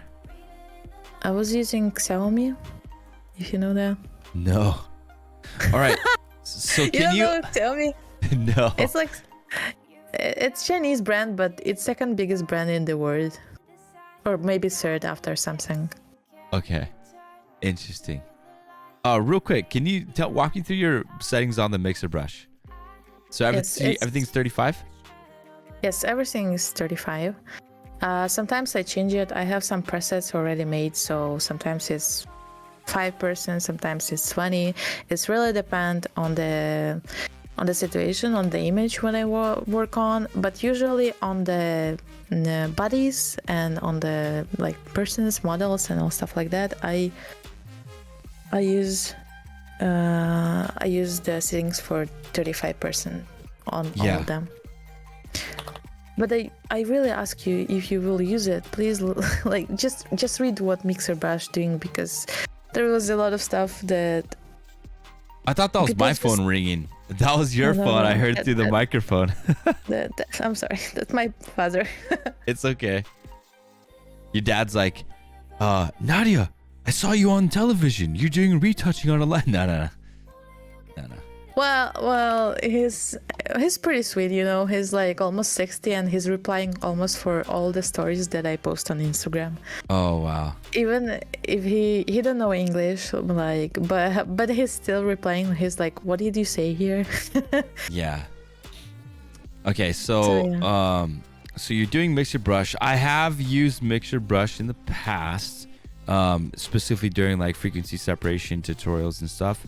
The way that the Pixel Perfect people did it was they did a complete blank mask over the low, I guess, and then he used the mixer brush on that.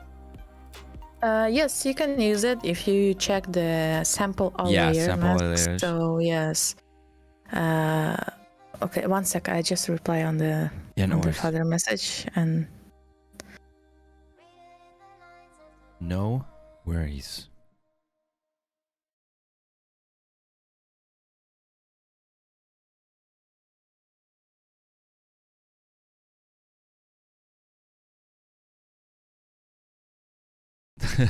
If Apple ever does.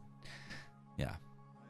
Okay. So yes, you can do it. You can do it on empty layer. That's totally fine. But it's just like, how everyone prefer it. I prefer to do it on just regular layer, but you can do it on lower if you want to, like empty layer if you want to. That's work the same pretty much. There is not.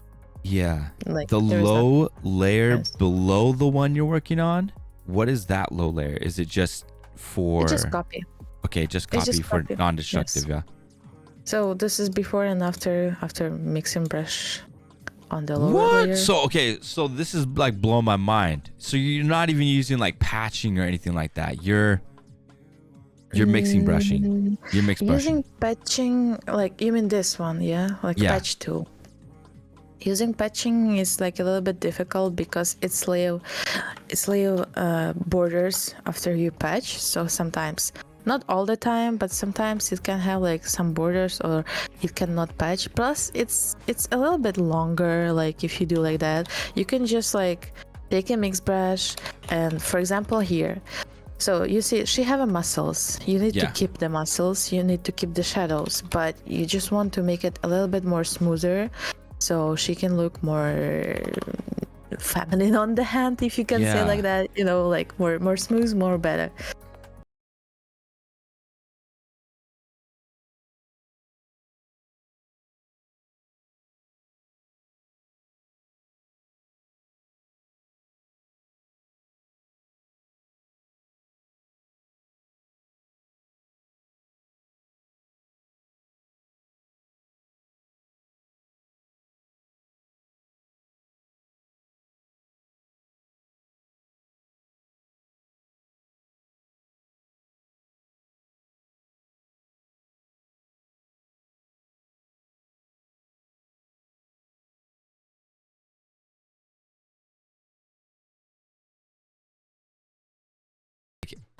Mixing brush. I'm definitely gonna try this out. Definitely gonna have to try this out.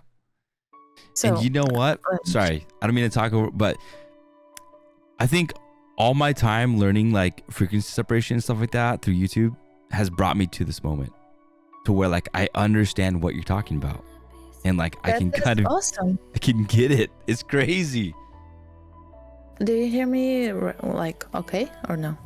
Yeah, I do. Okay, because there's some errors. So. Okay. So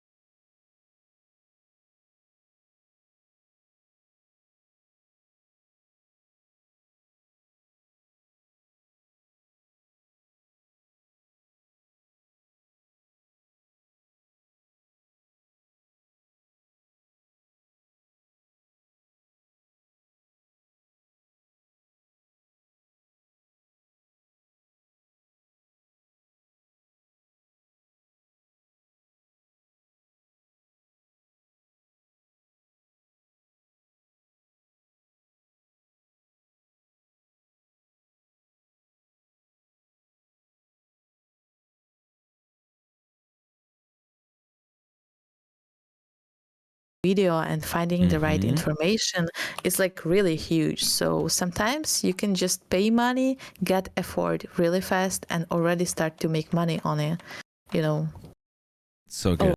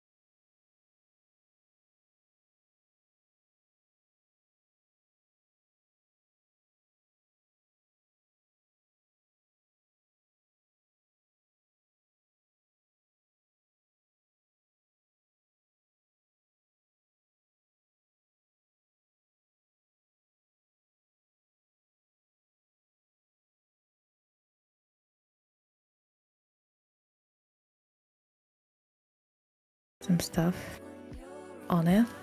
So let's go to drunk dodge and burn. Yes. Yes, what you need let's to do it. After this, you need to get all layers together on the top.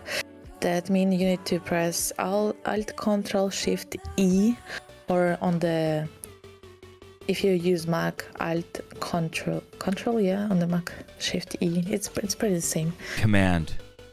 Oh, Command, yeah, thank you.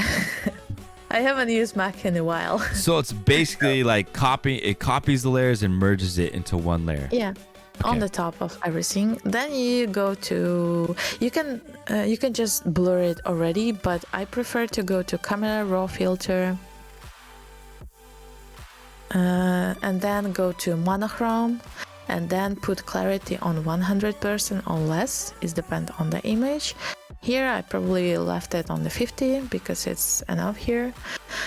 What it's used to do is just like bringing more textures and bringing more spots and lights. It's just give a bit more contrast and sharpness altogether. So can I ask you, what's the difference between making this that kind of filter versus like just a black and white layer? Because there is no clarity on black and white layer. Okay. That makes sense. Yeah, I'm adding clarity. That's why I use the camera raw. That's the only filter that have it. So that's why. And okay, and now we need to blur it. And you just use Gaussian blur and blur it until you will see the spots, but not the smallest spots.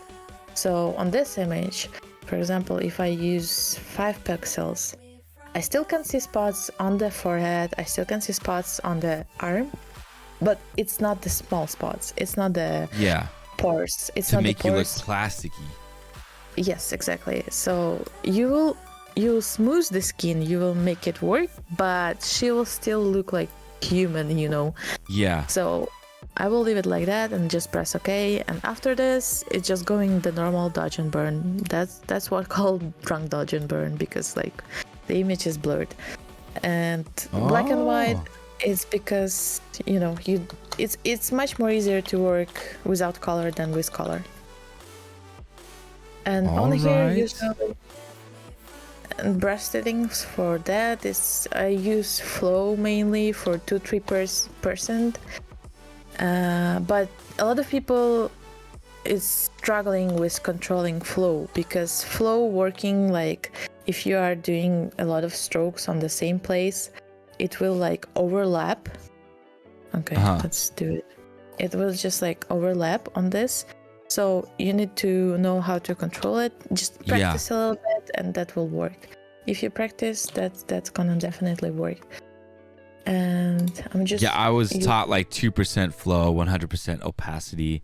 Someone else, the Alamo, I don't know if she's in here, but she also she does like 8% flow, 8% opacity. Have you ever done that kind of setting before? No, because I don't think that I will see any changes on it. It's pretty low, like it's pretty low. But I guess it's work too if she do that. Yeah, so that's totally fine. It's just like finding your own flow. Yeah. If you like it, if you like to make it through opacity, make it through opacity. If you like to make it through flow, make it through flow. If you would like to change, I was doing like 70% opacity and 2-3 flow too, but I just found the 100% on opacity and 2 on flow work perfectly for me. But this doesn't mean that it will work for you. Just like you need to just play with that. Yeah. All right. And so what are you targeting right now with Dodge?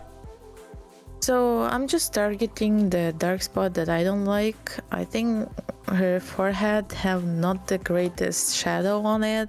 It's just because of lighting. It's not like she's something wrong with her, but it's just lighting that coming from top and make her like the shadow on the forehead. So I'm just like cleaning this spots that I see here. You know, you can always go back and forth with masking because we have masks, so it's pretty fine. If you're going to go too far, you can mask just with black brush, and if you want to get back to work, you can mask with white brush. Yes. After this, we will just tone down the dodge and burn a little bit because of we use clarity. It's giving like visibility of the problems too strong. So when I uncheck the layer and see the result,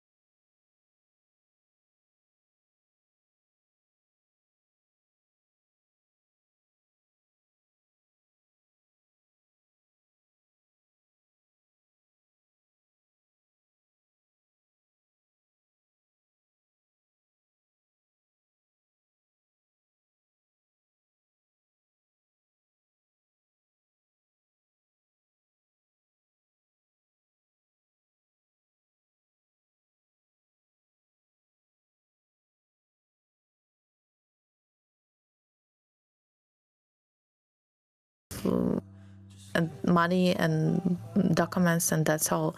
And she said like, oh, I would like to work too, but I didn't get a laptop, and I'm glad that I have a laptop so she can work and we can cooperate, do some money too.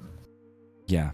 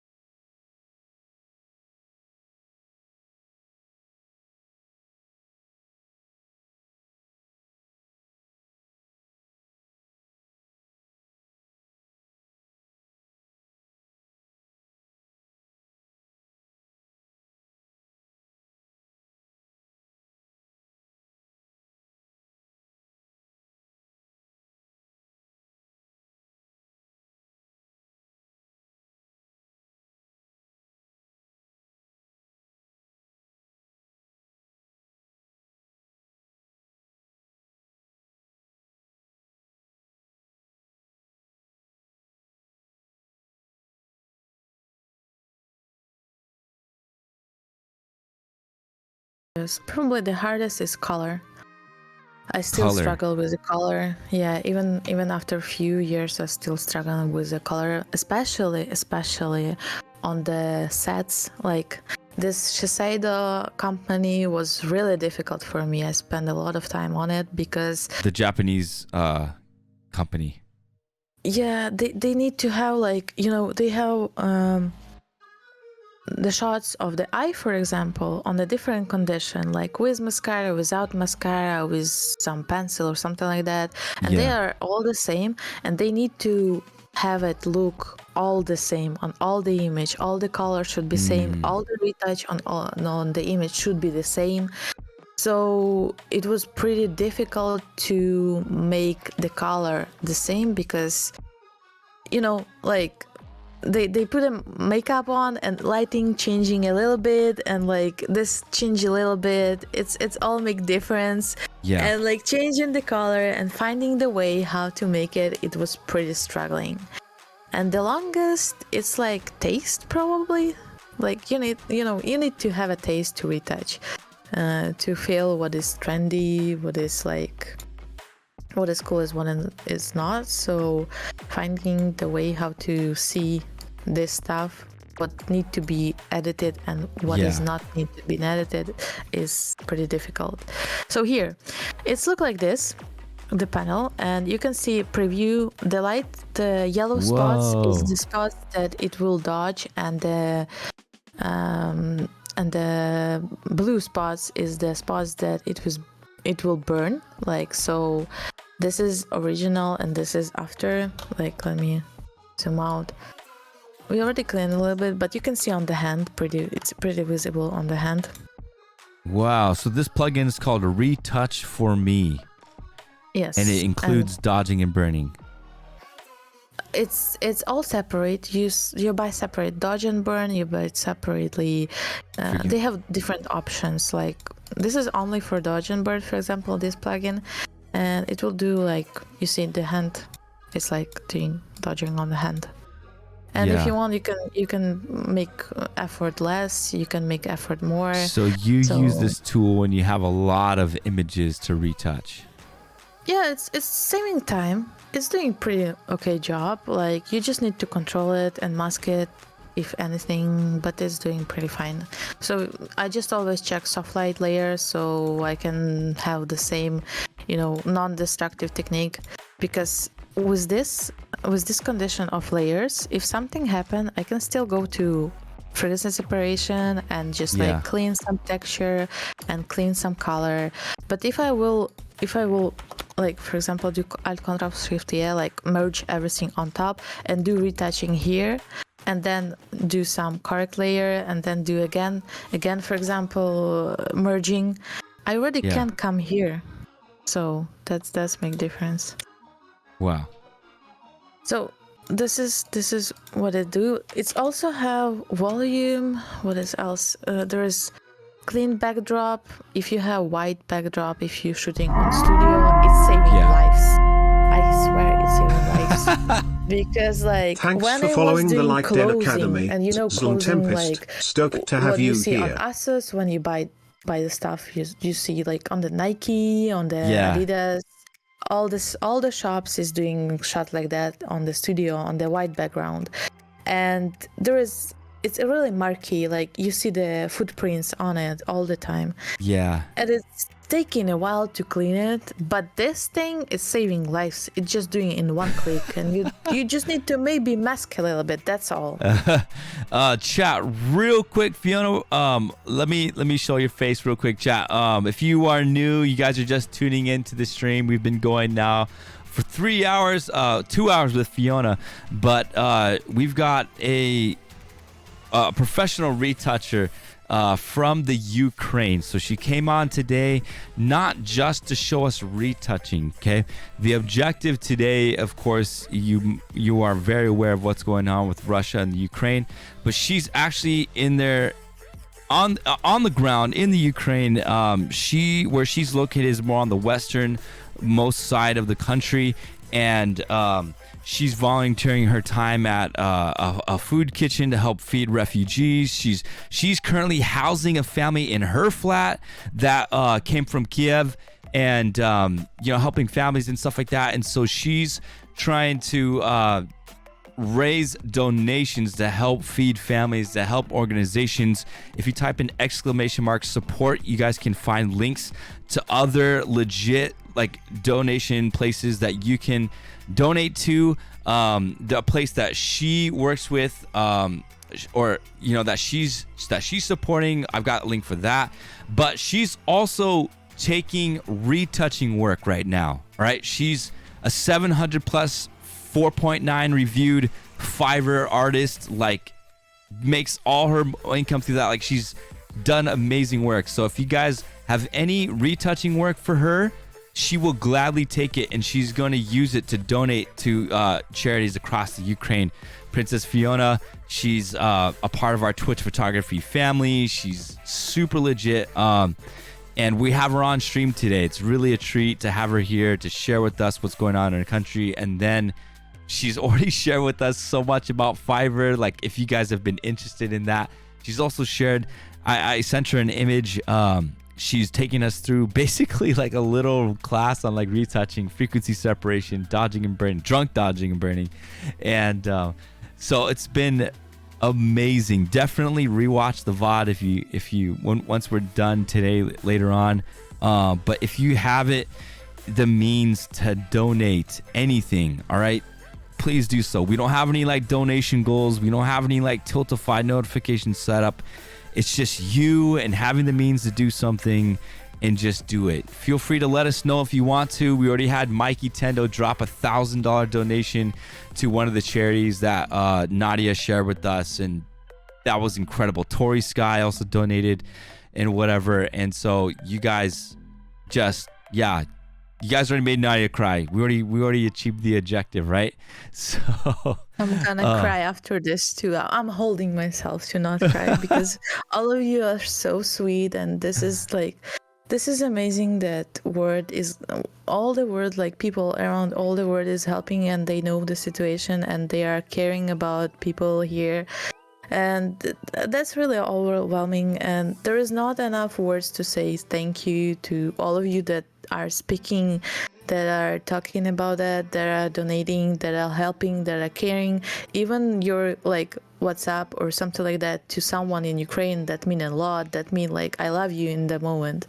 So that's like really sweet, and I really appreciate that. That's you watching it, and you're caring about us, and you're helping us to stand out right now against Russia. Yeah, love it. So we're gonna continue on with the retouching and stuff like that. If you guys have any requests, questions, throw it in the chat and we'll get to it. My Bea Leah says, what rates does she normally charge? I've heard retouching goes from 5 all the way to 300 depending on the quality. It's not only depending on the quality, it's also depending on the place where you are. Because, like, for example, the salary in Ukraine, the middle salary, average salary in Ukraine for a month, it's $300. So that includes flat and groceries? No, it's just average. It's just average salary.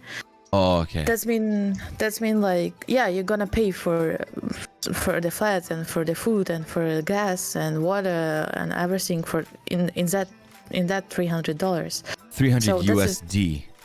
Yes, 300 USD. And in America, like in the USA, it's probably like $2,000, I guess, the average salary or something like that, if I'm correct. And something, for example, in Pakistan, it's gonna be like $80 per month in the average, or maybe even $50. So the retouchers all over the world charging based on the country and based on the knowledge too, on the practice. I was starting, to be honest, from $5 per image, like 5 USD per image. Sometimes it was like $2 per image if it was package work, like if it was batch. Yeah. Like a batch of 100 images. Yeah. Because it's taking not that much time. It's taking not that much effort. For example, here I was doing for retouching for some company. Even now, I do retouch for a company for $5 per image because it's like 100 images and it will take me like 2 or 3 hours to make. So it's the same revenue that I will make with regular images. So yeah. And currently I take like on Fiverr, I charge for minimum of $30 per image. And when I got direct orders, it's something from $15 to $40, depends on the how big images, because close-ups taking longer time than just like portraits like this. Yeah. So in this case today, she's saying if you have anything you want to donate in exchange for her to retouch, she will do it, right? To raise funds for your charities and stuff that you're supporting. Yes, for sure. I understand that business is business. Like, you also need to pay bills, you also need to work. That is totally fine.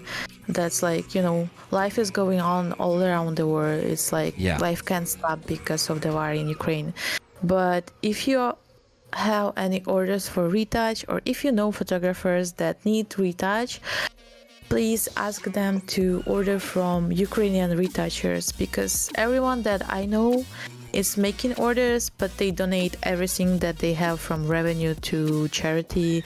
And I by myself doing the same. I already donate my last salary that I had, and everything that I will make right now I will also donate to this company. It's especially for a local one, because bigger charity fund, they are supported from all around the world, but locals, it's not really known. People do not believe usually in the smaller because it's really hard to know if it's true or maybe it's some scam. But it's not. I swear that this one, it's not. I swear. Yeah. And so another question that my bae had said, as a photographer, what can we do better to make a retoucher's job easier? What you could shoot in RAW, please. Shoot in RAW. Never shoot in JPG. Submit RAWs to the retouchers. Yeah, especially if you get overexposed or underexposed. Please shoot in RAW. That will save lives all over the planet, I swear. Yeah. Yes. What else? Take care about lighting, because a lot of photographers doesn't really care about lighting when they put people on the image. Sometimes when you have sun, it's pretty strong light, it's direct light, and it's hard to fix light afterwards because it have strong shadow, it have strong border, and it's really hard to fix it, and usually it doesn't really look good after that. So just take care about lighting, take care about weather that is going on the outside if you're shooting outside. And if you're shooting inside, if you're shooting inside, you need to learn how to light work, how to place the different light spots, so you can use it proper. That's really important, because I do work with a lot of newbies photographer they are amazing. They are no, they're not a noobs. Everyone was a noob. Come on, you can't just get born into the world and know everything. That's not how it's works. But they are just starting, and it's hard to start something. It's always hard to start something, and they really do not know how the light works. And it's happened a lot of time to me that I teach the photographer how to use light, and that he need to put it on 20 centimeters lower to make face brighter and make shadow gone away, that unwanted shadows. So just learn your gear, learn what you're shooting on, because cameras is really different, and with the different lenses you get different results. So everything like that, it's work fine. And also, when you submit a task to retoucher, please do not just say, okay, retouch this, because you know, it's not really possible to guess what photographer want to. The more detailed task you give, the better the result you will receive afterwards. And like, not just like, okay, this sky should be like in fairy tale, with something like bluish, grayish, greenish, you know, just like task like, okay, the sky needs to be blue and I want to see some clouds on it. That's like more like correct, you know, like more easier way to understand what you really want. So yeah, that's all right. That do. We're gonna get back to the retouching. I'll full frame that again. But if you guys have any questions in there, we can ask Fiona. I just got Payoneer set up too. So Payoneer, guys, is the app. If you guys want to pay Fiona to do any work for you guys, in the Ukraine, they cannot receive money through PayPal. They can only send it through PayPal. But if you get Payoneer, which I just downloaded on iOS, easy to sign up for. You can use PayPal to pay through Payoneer to her, which goes to all kinds of charities and stuff that she's involved with. So,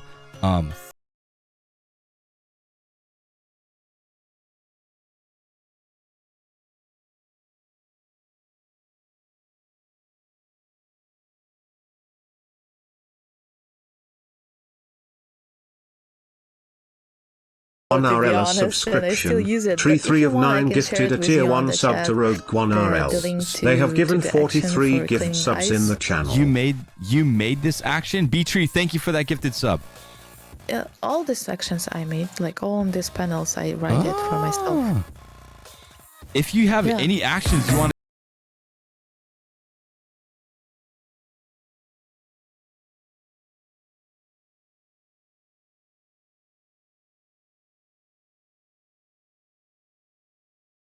like helping layers. Tree 3 of and 9 gifted like my Belia a eyes subscription. teas Tree for 3 of hair 9 that- gifted a that tier I 1 use. sub to my Bailey. And there is like They have given Luma, 44 gift subs in the Luma channel. masking. Did you use it?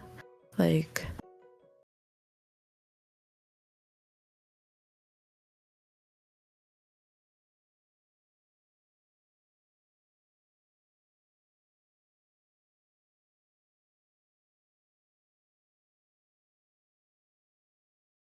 Kaisip _Pigo a subscription. Thank you Tree very 3 much of for 9 taking gifted the a time to tier do 1 this. sub to Kaisip.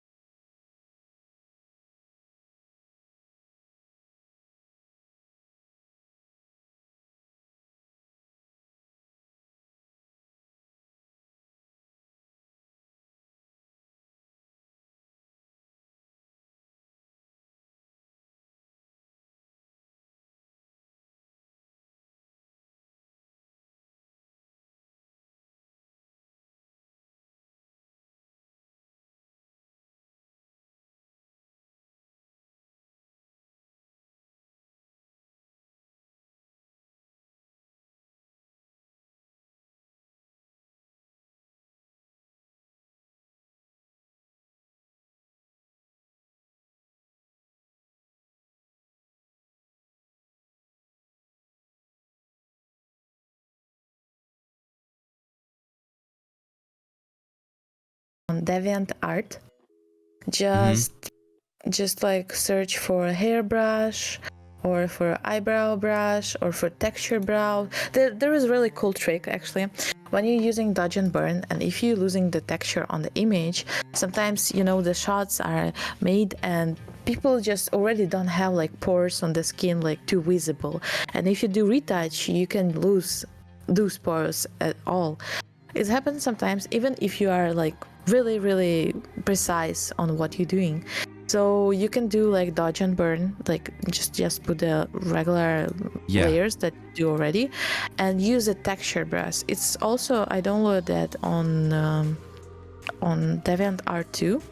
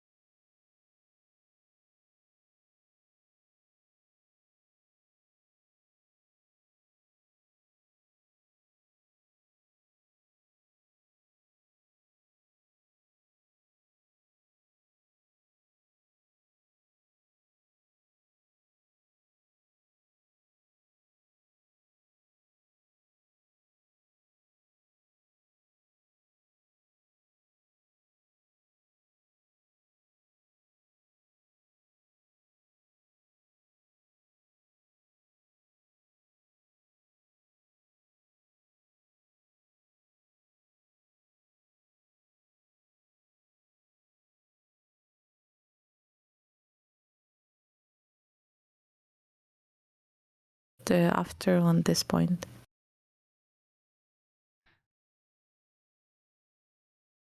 Yeah, darkening the background, so good. That's so good.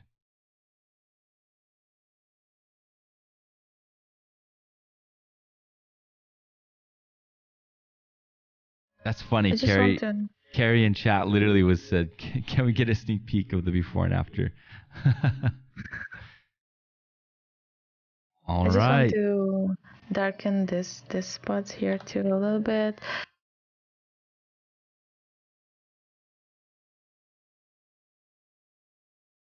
especially if you're shooting outside and if the weather is not like the warmest sometime or something happened, the hands and legs can be different color from the other body. Like it can be like a little bit more bluish or it could be a little bit more reddish. So on the image sometimes it is visible, and if you see spots like that, it's pretty easy to correct. You just need one layer of hue saturation. That's pretty much it. I'll just finish with this and I'll show it.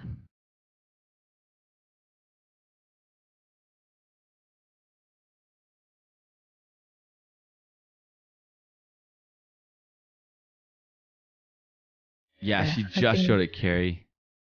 I don't know if someone can clip it, but here a little bit. I'm not going too far because like she's already from far away. She's already look like really attached, and you see like her hand here is look a little bit grayish and reddish than other body. So what to do? You need to use hue saturation layer. Just put your hue all over to right or all over to left, wherever, it doesn't matter. Yeah. And okay, my bad. Not like that. Go to I'm sorry.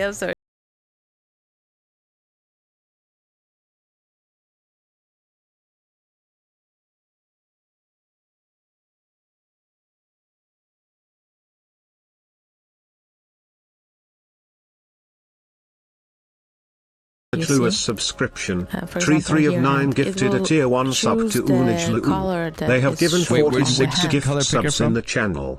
From the properties, there is properties and then of the hue saturation layer. Okay. So you just use the hand here and click on the spot that you think and you see that is different colors. Here it's red. After this, you go with hue to all right. Just put hue on the right, and you have this like 4 little dots. I don't know if you see that. Barely. So okay, like here 1 2 3 4. Yes.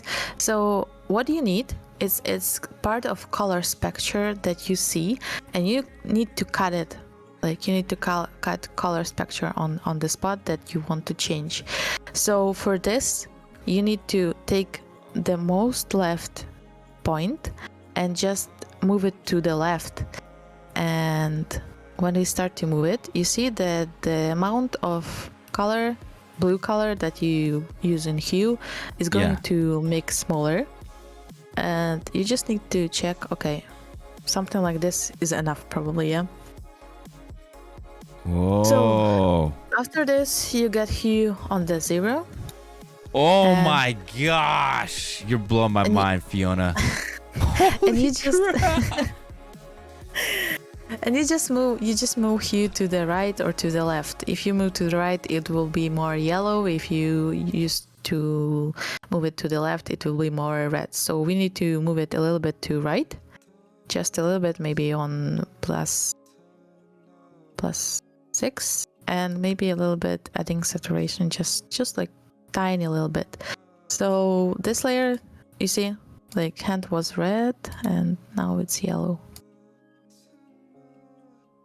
You're basically batching it up with the skin, the whole arm. That's what you're doing. Yeah. And if you have some spot that you don't want to use, like for example, we need to check maybe her lips. You see her lips also become yellow and we don't want it, so it's pretty easy to mask out. Just like it is easy to mask out. Look at just that. Like mask and just blow and just like close it, so and like that. So, and I will delete this. What else you can do? We can use plastic to just like correct her figure a little bit, maybe on the back a little bit on the neck, and a little bit here, because her pose. Do you have time? Can we see that? Yes, it's pretty quick, but Okay. If you want to make it in non-destructive technique, you need to merge already on top and use smart object. Just convert layer to smart object. Yeah, and I talk about this too, like on my stream when I'm editing. Sometimes I'll put my clients in poses that later on I'm like, oh shucks, you know, it doesn't make them look flattering. You know what I mean? It gives them like a super big arm or like, you know, whatever. This kind of looks like she's got a little bump that she's pregnant and stuff, which she isn't. So, you know, to do that and stuff. So I was like, while you were editing, because I told you that I was gonna show you my edit after this. I was thinking like, oh my gosh, I hope she liquefies, because I liquefied in my retouch of this, and I was hoping that people wouldn't be like, why did you liquefy? Leave her body alone, you know, kind of thing. But I just wanted to see what you thought, and I'm glad you're getting to it, so I'm not like too far off. I'm not trying to like make people look like supermodels with like big butts and big boobs or anything like that. I'm just trying to like correct the posture and things like that. So it's totally fine. You know, you some of the posture, as you say, it's like making really different on how person look. She might be really skinny in life, but on the time when she stand like that, she can look like really big person, you know. So it's totally fine to liquefy, but in the normal way, you know, not make her look like someone else. She still need to look like her. So I just want to bring a little bit here back, and a little bit neck here, just tiny little bit back. And I'm gonna use the pucker tool, just a little bit to smaller her hand. Okay. Top of hand, because she getting it close to body. Her shoulder. Yeah, the shoulder. Okay. Yeah. I actually did that. Did that when I liquefied. I did the belly. I did the back. I did the shoulder. I also kind of did like right where her skin on her chest meets her dress. I felt like it kind of caved in a little bit, so I kind of just like pushed that out a little. But that was like something that I did. I don't know. Yeah. I wouldn't do that, to be honest, because it will make her flattering too much. Like if you do like this, it's like not pushing in, kind of like rounding out more at the top of where her dress is. Oh, like this. Yeah, kind of like that. Not like too much. I don't want to like make it look like she has a guy like big whatever, but yeah. On the case, like if I will do that without, like, I mean, if I wouldn't have direction to make it, like clear direction to make it, I wouldn't touch it like in this way. And I'm gonna touch a little bit of here, just tiny little bit, to make it more roundness. We have a question. Also, they said, other than Retouch for me suite of plugins, can you recommend any other types of plugins? Using sometime portraiture, also for the bad job mainly, because it can smooth the skin really well in really fast way. So I'm gonna show in a second. So I use portraiture, and I don't use knit collection too often. You know, this was like 1 or 2 times when I was needed for some reason. I don't even remember for what. Probably it was for the products. When I was retouching product, they have perspective effect. It's pretty useful for product retouching. Okay. So that's probably the one that I use. And this luminar, I was trying to it. I was just curious how it's looked, because Pixie Perfect had like advertising for it, you know. Yeah. So I was just checking like what the hell is that, and to be honest, I didn't really get the point of it. So you mainly use Retouch for me, and then the image, is that Image-nomic? I don't know how to pronounce that. Image-nomic is the company, and it's called portraiture. And what is that for? Same thing, dodging and burning and things? It's kind of make frequency separation for you. It's still keeping texture, but it's blurring skin a little bit. You need to know how to, like, you need to practice with it to use it correct to make it not like plastic, but mostly for some package, for some batch orders, it's work fine.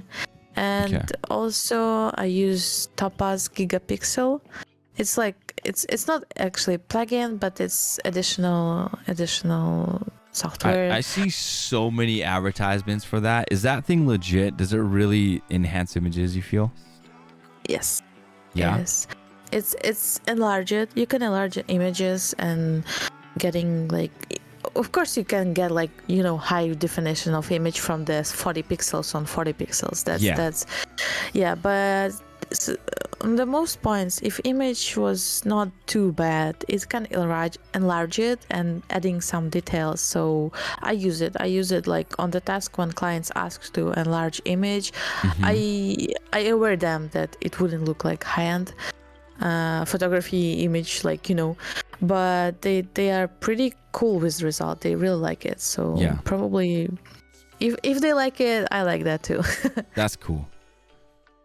Yeah, so, and after all that, you can do color correction on your choice, but it really depends on the what person like, what feelings she want to. Usually what I do, I use selective color. It's pretty cool because you can do changes on different color in the different channels. And I also use coarse, mostly coarse. The most that are mostly on the screen. Yes, like they're mostly in the image. Yeah. Also, we can do like, what else we can do is luma masking.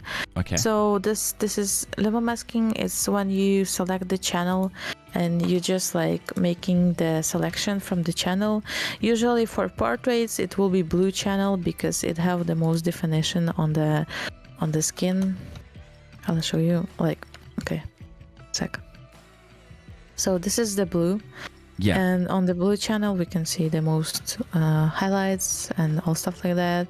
And on the green and on the red channel, we don't have that information. So I just make the selection from the blue. You can press Ctrl and click on the icon, and I go to layers again and press any adjustment layer, and it will automatically add the mask on it. And after that, you can go to image adjustment and, for example, layer, and adjust that layer mask. Like if I want to see only highlight spots and I want to highlight the highlighter the most, you know. I want to get light on highlighter, so I just like illuminate everything else and just leaving the highlights, and I just go like here and adjust the curve where I need it, or if I want to make it down. So it's pretty cool method. It's worked really nice. And with that, you can also color correct with that, like for different spots, for lights and darks, you can use that and color correct. So that's worked like really cool. And what I'm doing here right now, I'm just playing because my head is off already, you know. I get like understand too much what I'm doing, but I think I want to have like background here a little bit even more darker, more like moody, if you can say like that, maybe like here. But usually I do such color correction also in Capture One. I just save the image and go to TIFF file, like you know, you can open the image on the capture from the Photoshop directly. The plus from the Lightroom, that you can, you know, open it in Photoshop easily and then get back to Lightroom. So it's worked better, but I just like the Capture One too much. Yeah, this is a good program. I miss it. I'm just much quicker in Lightroom, for sure, like with the batch editing stuff that I do. I know that for collection, like, you know, this collection that you make for keeping order in the folders, and like if you sessions have a lot of and stuff. Yeah. The Lightroom is much more cooler than the Capture One. Really? Such needs. yeah, like I heard it from. I didn't practice it because I don't have that much like different session from the photo shoots, you know. So I just heard it from the photographers that I talk to, that I speak to, that are my friends, that they prefer. In this case, they prefer Lightroom more than Capture One. Question came up in chat. Any reason that you're not doing these adjustments in Adobe? The Adobe Raw, I'm guessing? Doing raw adjustments in Adobe other than... Yes, there is reason. If you do on the first step when you're retouching, especially if you work for a client and not for yourself, you cannot guess what color correction client would like. Like if you do color correction and then retouching, you cannot get back to the point when you do a color correction. So if the client say that they don't like the color that you made, you need to remake all the retouch work that you make before. So you just start over from the image. This will just like save your time if you do color correction afterwards. So in case if the client came and say like, okay, I like it, but the color is shit and I want it to in blue tones, for example, you just go, okay, here I click it and I'm going to blue tones and I'm just changing it, and that's all. And if you do that on the first step on the raw, you're gonna lose a lot of time if the clients wouldn't like it. So it's just safe way to do that. Satisfying answer. She says, gotcha. That's very smart. Great. Chat, Just like, go ahead. I got it from practice, you know. I was doing this. I was doing color and then like retouching. And when few times when I got in that trap, like one client was like, oh, this looks so good. But you know what? And I'm like, what? We don't like that color. And I'm like, oh God. Yeah. I need to have 2 additional hours to make that image work. Yeah, man, this is so good. This is like what my stream is like. I'm way more experienced in Lightroom than anything, but as far as like retouching, color correction, things like that, I'm still very limited. So I don't mind being the scapegoat, as in like I have no freaking clue. Like if you can break it down into like simple layman's terms and we can just have a conversation about that, I am so down to be that community, because I'm learning. I want to learn. I want to do all that. And I'm so grateful to have freaking Nadiia on here just teaching us all these things. My mind has exploded multiple times on stream, just learning, watching you do what you do and stuff. And yeah, it's been such a treat. Oh, thank you. That's really sweet. I'm seriously gonna cry a little bit after this because I heard so much nice words and like so much support and so much great people. Like you get together the really nicest people probably in whole community, and that's probably because you are cool and you're really sweet and caring about people, and that's why these people came and like watching you, what you do, like following you, and you know, this like all on you. You make it, Aaron. I'll just say I'm speechless. Thank you. I really, really appreciate that. It means a lot to hear that. So thank you. Coming from the head of Ukraine's top CSGO team back in the day. It's the community though. It's everyone else that like, you know, we don't be this like toxic photography forum, you know, like yeah, everyone's welcome here. So yeah, that's really sweet, because like, you know, when I was starting, I didn't speak to people too much when I was starting. I was learning everything on my own mostly. And then I start to get to different communities and learn what people say and what people teach each other, and I found a lot of new for myself. I didn't know this, like I didn't know how to use hue saturation to color correct. I just some person just say like, okay, you can do it like this, and I'm like, wait, what? You can do it like this? Are you crazy? And I'm like, people helping and people caring. And I'm not crazy, I'm Ukrainian. I'm sorry. That was dumb. I should have jumped in. That was dumb. That's fine. Okay, continue on. Yeah. So I made a community for the Fiverr users, and I'm writing on Ukrainian in Telegram to just help people to learn how to work on Fiverr, because I remember myself, I made a lot of mistake. Like, for example, 4 reviews on my account, first 4 reviews was made on 1 star. In Fiverr?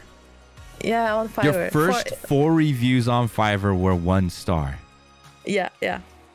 How did you not give up? Like, how did you not get so discouraged to where you just gave up on it? 4 1-star reviews like that.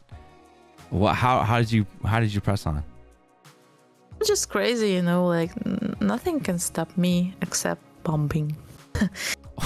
But yeah, I'm sorry. I'm maybe making silly jokes, but you know, joking around has also helped to get with stressed and all this stuff. So being able to laugh at yourself. Yeah. So I don't know. I'm just like, okay. Again, fuck it. You know, I always say like, fuck it. I'm gonna make it. I'm gonna make it to top rated. Like, why not? I made so much stuff because I didn't like. I wasn't scared about it. I was like, okay, I'll try it. If it wouldn't work, it wouldn't work. But at least I try. I can say that I try. I put my effort. I put my time. I put my power. I try it. It didn't work. Okay, let's move on. And if you didn't try, if you didn't try what you really want to, you never will know that if you can do that or no. Like, it's not possible to know. So I really think that people need to try, do what they like to do, and they need to just like be brave to not. That's very important. Yeah. Not to care what people think. Yeah,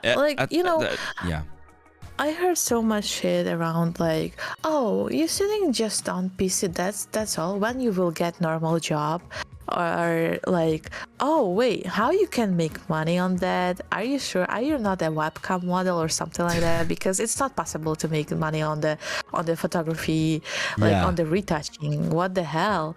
And I heard a lot of things like that, really a lot of things, but. You know, I limited the persons around, the toxic persons around, and it's been a pleasure to talk to people after that. You turned out the noise and you proved them wrong. Yeah, like, you know, when I showed that, okay, I'm like, how much? 22-year-old. I bought my flat by myself. I'm living by myself. I'm traveling. I'm like, I can buy a gear that I need to work, and you know, why I need to hear this person that's like saying something. It's not worth it. So I think that's okay to think like that. And you did it all through Fiverr and your own inquiries. Like all on my own. Wow, that's crazy. Well, okay, let's be clear. I made it with help of my parents firstly, but they gave me money like credit, but I give it back all the money because, like, you know, buying a flat is pretty big amount of money, and they helped me with that on the time with the amount of money, but I give it back with the time. Probably with few years, I give it all back to my parents. So. Yeah. So we got a question. Can you recommend any resources for retouching education or paid courses? My knowledge has come from a mishmash of YouTube and it's hard to know what's good and bad. So the paid courses. First off, you do your own course? Do you have your own course, your own class? I was about to give a master class. I was like preparing the papers, like the system, how it should work, what I want to say. Yeah. I was going back and forth for maybe a few months because, you know, there is always thinking that you are not enough you don't have enough knowledge to teach someone. You don't have enough like big clients to be noticeable or to people realize that like you're cool or you're pro. And I was always going back and forth with that, with thinking that I'm not good enough to teach. But recently, especially with the things going on right now in Ukraine, I think that, again, fuck it. Like, I'm gonna make it. If someone needed, then it's mean that I can do it. Like, if someone asked to give a course, to make a masterclass, I think that someone needed that my knowledge is enough to give to someone else. And I receive like maybe 15 messages like that if I do a masterclass or something like that. And I think that 15 messages is like, okay, that's pretty cool. That's pretty big, that I need to do something. And I think, yes, I hope the war will end soon and I get back to normal life. You literally gave us a little sneak peek of what your masterclass would be like. Legit. And I'm like, my mind was blown so many times during just your time on stream. It was good. That's cool. I'm glad that I'm helpful and maybe you learned something new or something that you can use in your own practice. So if you want, we can check the before and after, because like I think I will stop on this point. You can basically do a little bit better color correction. I'm not really fully happy with that with color, but it just need time to play around mostly. So real quick, Gua Hero, welcome into the stream. Thanks for checking the schedule. We do have a guest on stream today. It was last minute. If you check the schedule on our website, Princess Fiona's not on there because yesterday we literally just got into a conversation and about Ukraine. Nadiia, she lives in Ukraine. What is the city again? I forget. Uzhgorod. It's west part of Ukraine. The western part. And so she's not directly affected by a lot of like the bombings and fightings in her city, but she's experiencing a lot of people going west and leaving the Ukraine. And so she's been involved with different charities and helping families, feeding families, things like that. And so, instead of just finding a random Ukraine charity on Tiltify, having her come on and share with us from the ground, boots on the ground, what she's been experiencing, going through, how we can help specifically. There are links in the chat that you can go. There are the big organizations, but there is also you can also hire her, and she helps out other charities and stuff like that. And she's donating whatever she makes from like the retouching stuff to the charities and stuff that she works with. And so there's ways you can do that. Go to her website and you can inquire with her about her work. She has a Fiverr, but it would be better to go to her directly.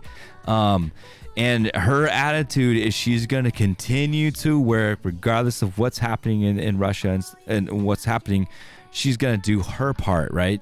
Even though she can cook well, she's better in her studio doing work and stuff like that than like out of the kitchen trying to make some stews or whatever. That's what she's.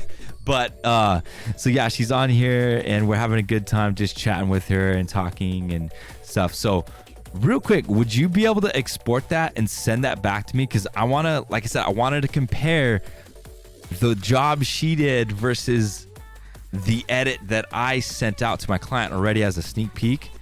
Obviously there's going to be a huge difference, chat, because she does professional retouching. I don't. Even though I'm a full-time wedding photographer, I'm trying to learn. And like you said too, Nadiia, what we were talking about, being brave and just trying. Like when I started on Twitch, I had no knowledge whatsoever of retouching in Photoshop. Nothing.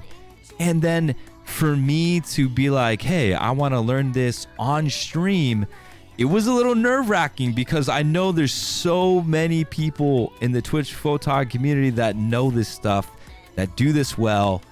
I don't. So there's going to be a lot of mistakes I was going to make that I probably still will make, but I'm willing to learn and I want to get better and stuff. So once you send that image over, then I will pull it up on my end and I'll be able to show the differences. And I think it'll be really cool to see that. So let's go to the raw, which is here. So this is the raw image, chat, that I sent to Nadiia just now. She just spent, I don't know how many hours working on this thing with me while I talked in her ear,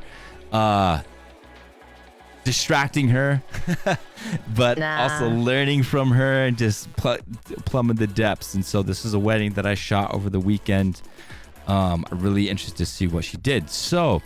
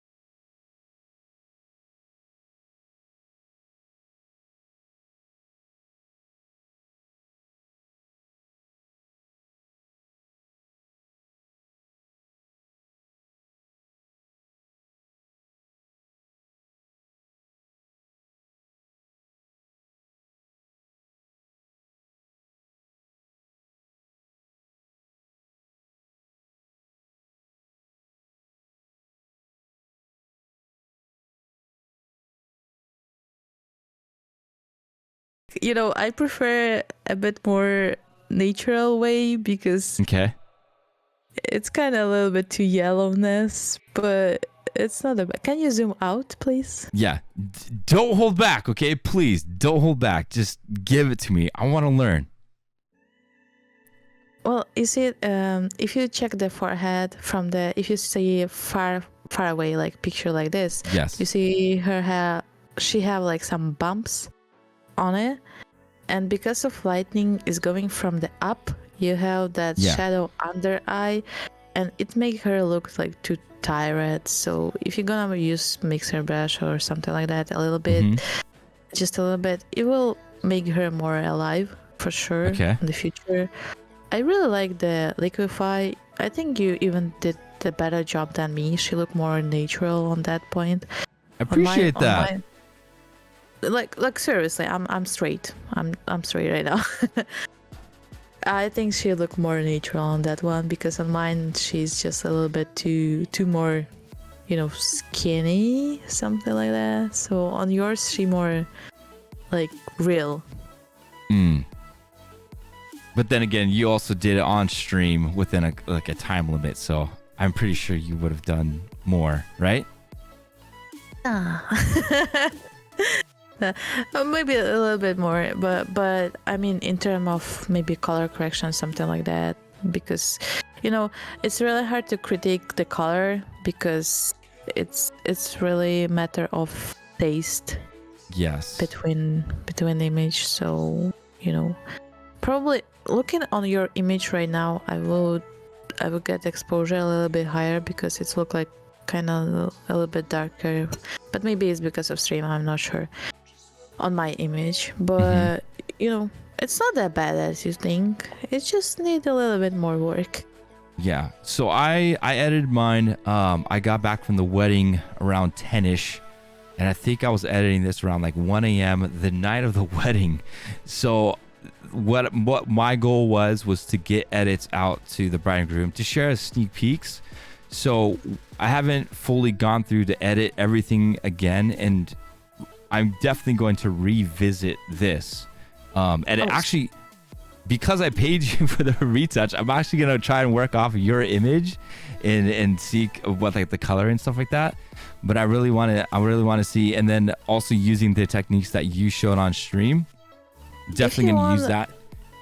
If you want, I can send the PSD to Discord server or something like that, full PSD with layers and everything. So maybe it can be in use. That would be super sick. That'd be awesome. Cool.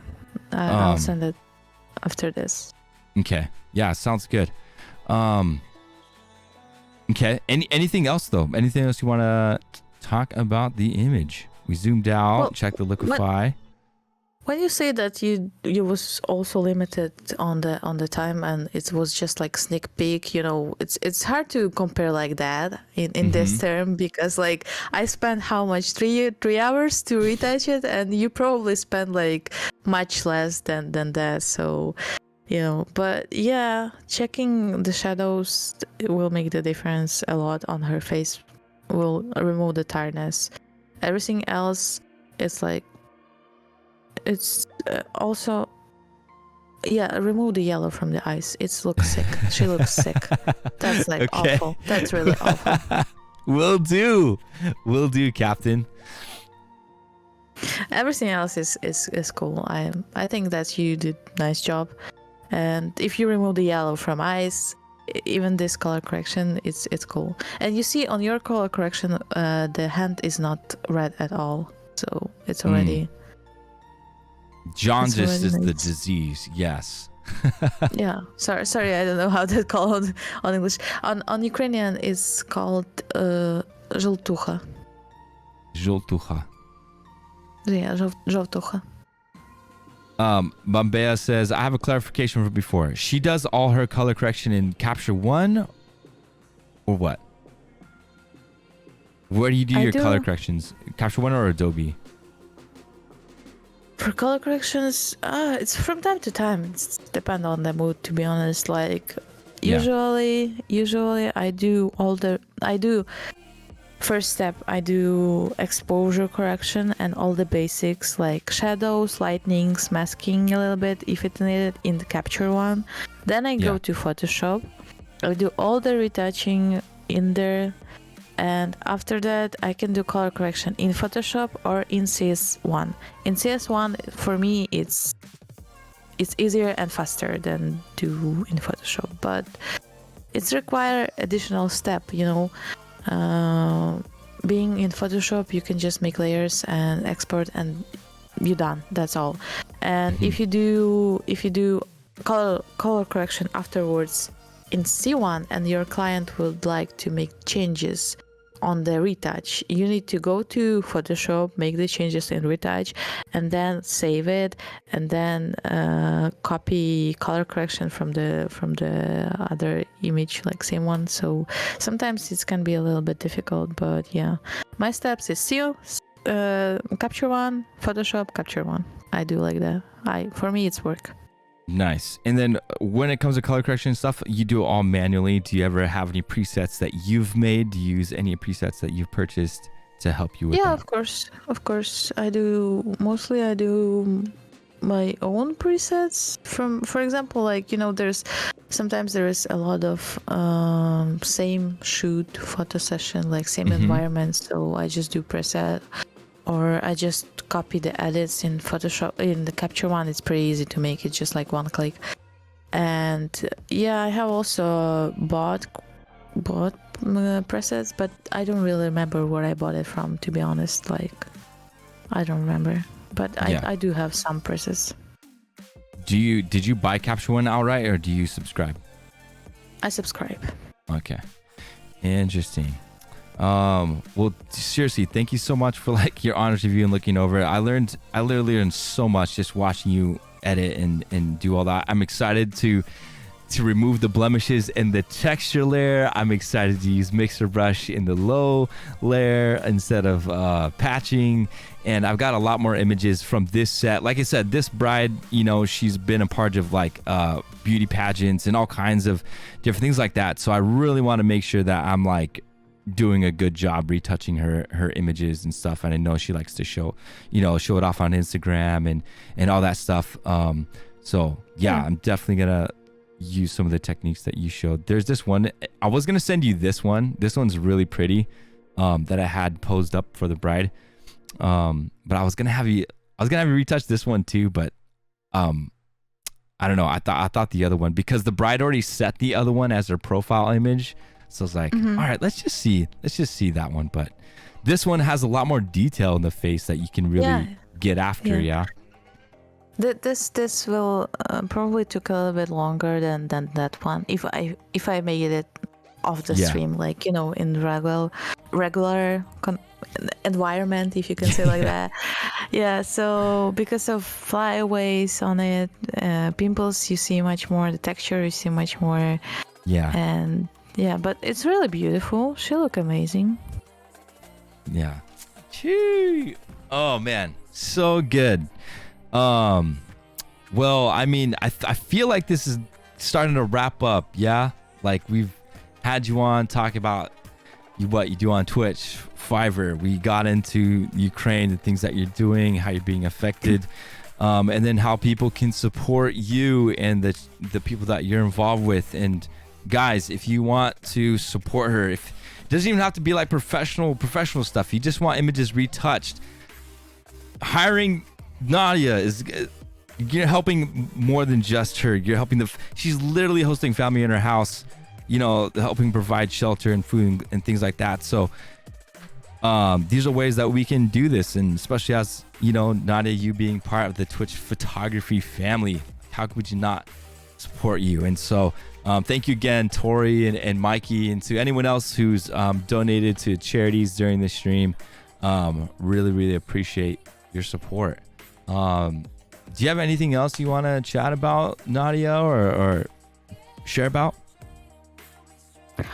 I know. What would you like to hear about? Like, I can share for sure. Like, I'm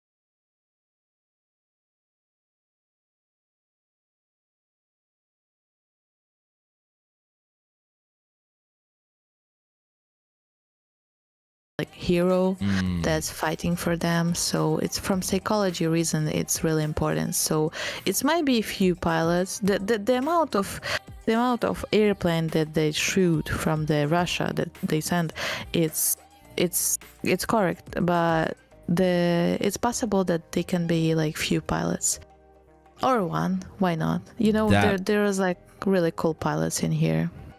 That makes a lot of sense. Yeah. When are you thinking about launching your course, and where's the best place to watch it or see info on it?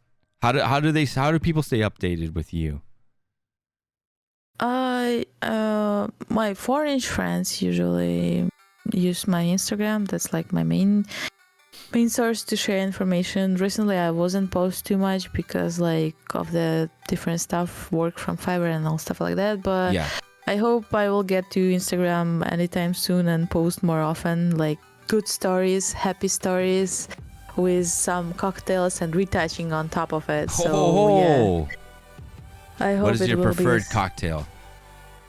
Gin tonic. That's my safe spot to go. The safe spot. You know, I don't think I've ever had that before. I'm very, as much as I'm a newbie to Photoshop, I am a newbie to drinks. I'm more like just beer and wine and soju. Well, I don't like beer and wine at all. So you know, my choice is hard drinks. I'm old woman without men, so you know, life is hard. So I need to survive somehow. So tequila and gin, it's my choice. Whoa. Oh, like vodka and stuff too? I'm not drinking often. Nah, vodka is not. Nah. No? Vodka is too strong or something like that on taste. But I don't drink too often, you know. Yeah.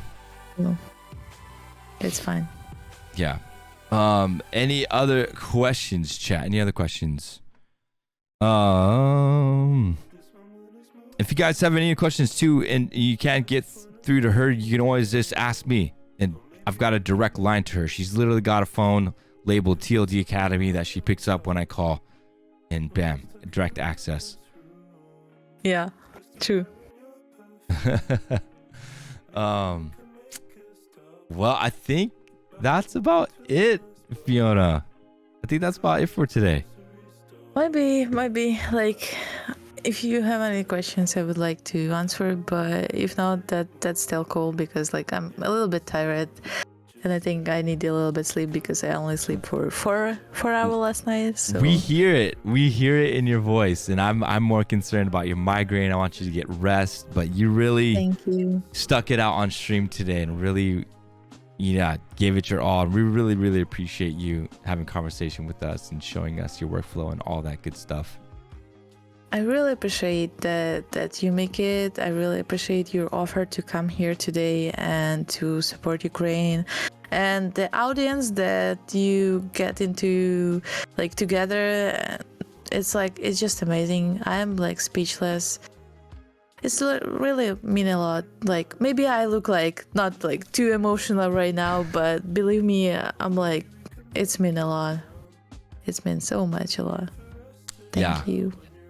Of course, and we know right now with everything going on, you'll be back. You'll be back to streaming, hopefully, maybe soon. Hopefully after all this stuff goes over. I hope so. I can't stream right now because of the internet. The traffic is really really big, and I'm glad that at least Discord worked today and everything went fine. Because I was thinking that it might be not work too correct, but at least it's worked like that, so it's cool. Yeah, awesome. Well, chat, please give her a follow on Instagram. At least do that. Stay up to date with her. When you need those work requests, send it in to her. We're definitely going to support her. And we'll definitely check in with you and see how you're doing, okay? And, we'll see how long this lasts. Maybe get you on again. Be awesome. Do you have any, like, friends and stuff that would want to join in, too? Touchers, yeah, but they don't speak English, to be honest. Not all of them. Like, it's pretty limited. Your English is really good. Your English is really good. Thank you. I didn't think that I could speak that much and not too bad, but probably my dictionary. Yeah, dictionary in my mind is not that bad. Yeah. Well, no worries. Thank you, Princess Fiona, for being on stream with us. Thank you so much. I'm going to put you on the full screen, okay? And then you can say goodbye to everyone. Yeah. Bam. All right, you're full screen. Okay. If my man is sitting there on the Twitch, please message me. After the wire will be at. If my man is in the stream. I'm kidding. I love that. I just want to thank you so much. This like really cool that I say the auditory, the viewers that you have, the community that you make on the Twitch, Aaron, it's like insane. And I'm so proud that I found your Twitch and I started watching it, and that I knew you, and that you're a so amazing person. And the guys in the chat that make donation, that just message it, that just like sending hearts in the chat, that still makes a lot. That's make difference between everything that's going on. And I really hope that it's gonna end soon and we all gonna drink tequila together someday. And beer. Yes, and beer. And find me a man. Oh man, she's not joking, chat. She ain't joking. She's gonna be on the hunt. Would you ever move away from the Ukraine? No. Or they'd have to come to you. They would have to come hunt you down. I will travel for sure. Like I hope I will travel for sure, but I'm not planning to move from Ukraine. Maybe if there will be huge reason for that, but not for now, probably. Yeah. Would you ever come to the United States if we did a meetup for the Light Den Academy? Oh, I hope so. I would love to. In the future, yes. I really miss Chicago, and I really miss like to sing Florida and Las Vegas and all those beautiful cities. I don't like New York. Have you been to LA or San Diego? You don't like New York? Yeah. It's stinky. It's really stinky. Like, That's fun. being in the mountain and getting to New York is something from other planet. It's like, I'm sorry, it's really stinky. Interesting. Okay. All right. Well, Princess Fiona, we'll see you later. We'll definitely check in with you. Are you a part of our Discord? Yes, for sure. Okay. Well, feel free to like post. We have a little thread that says Russia Ukraine if you ever want to post any updates and stuff in there. But yeah. Get some sleep, get some rest, feel better. Go to sleep knowing that you did what you came to do here on stream, and you moved some hearts, and they made some impacts, and thank you. It's awesome. Thank you all. So thank you, and have a good evening. Thank Love you very much. Bye. Have a good night. Bye.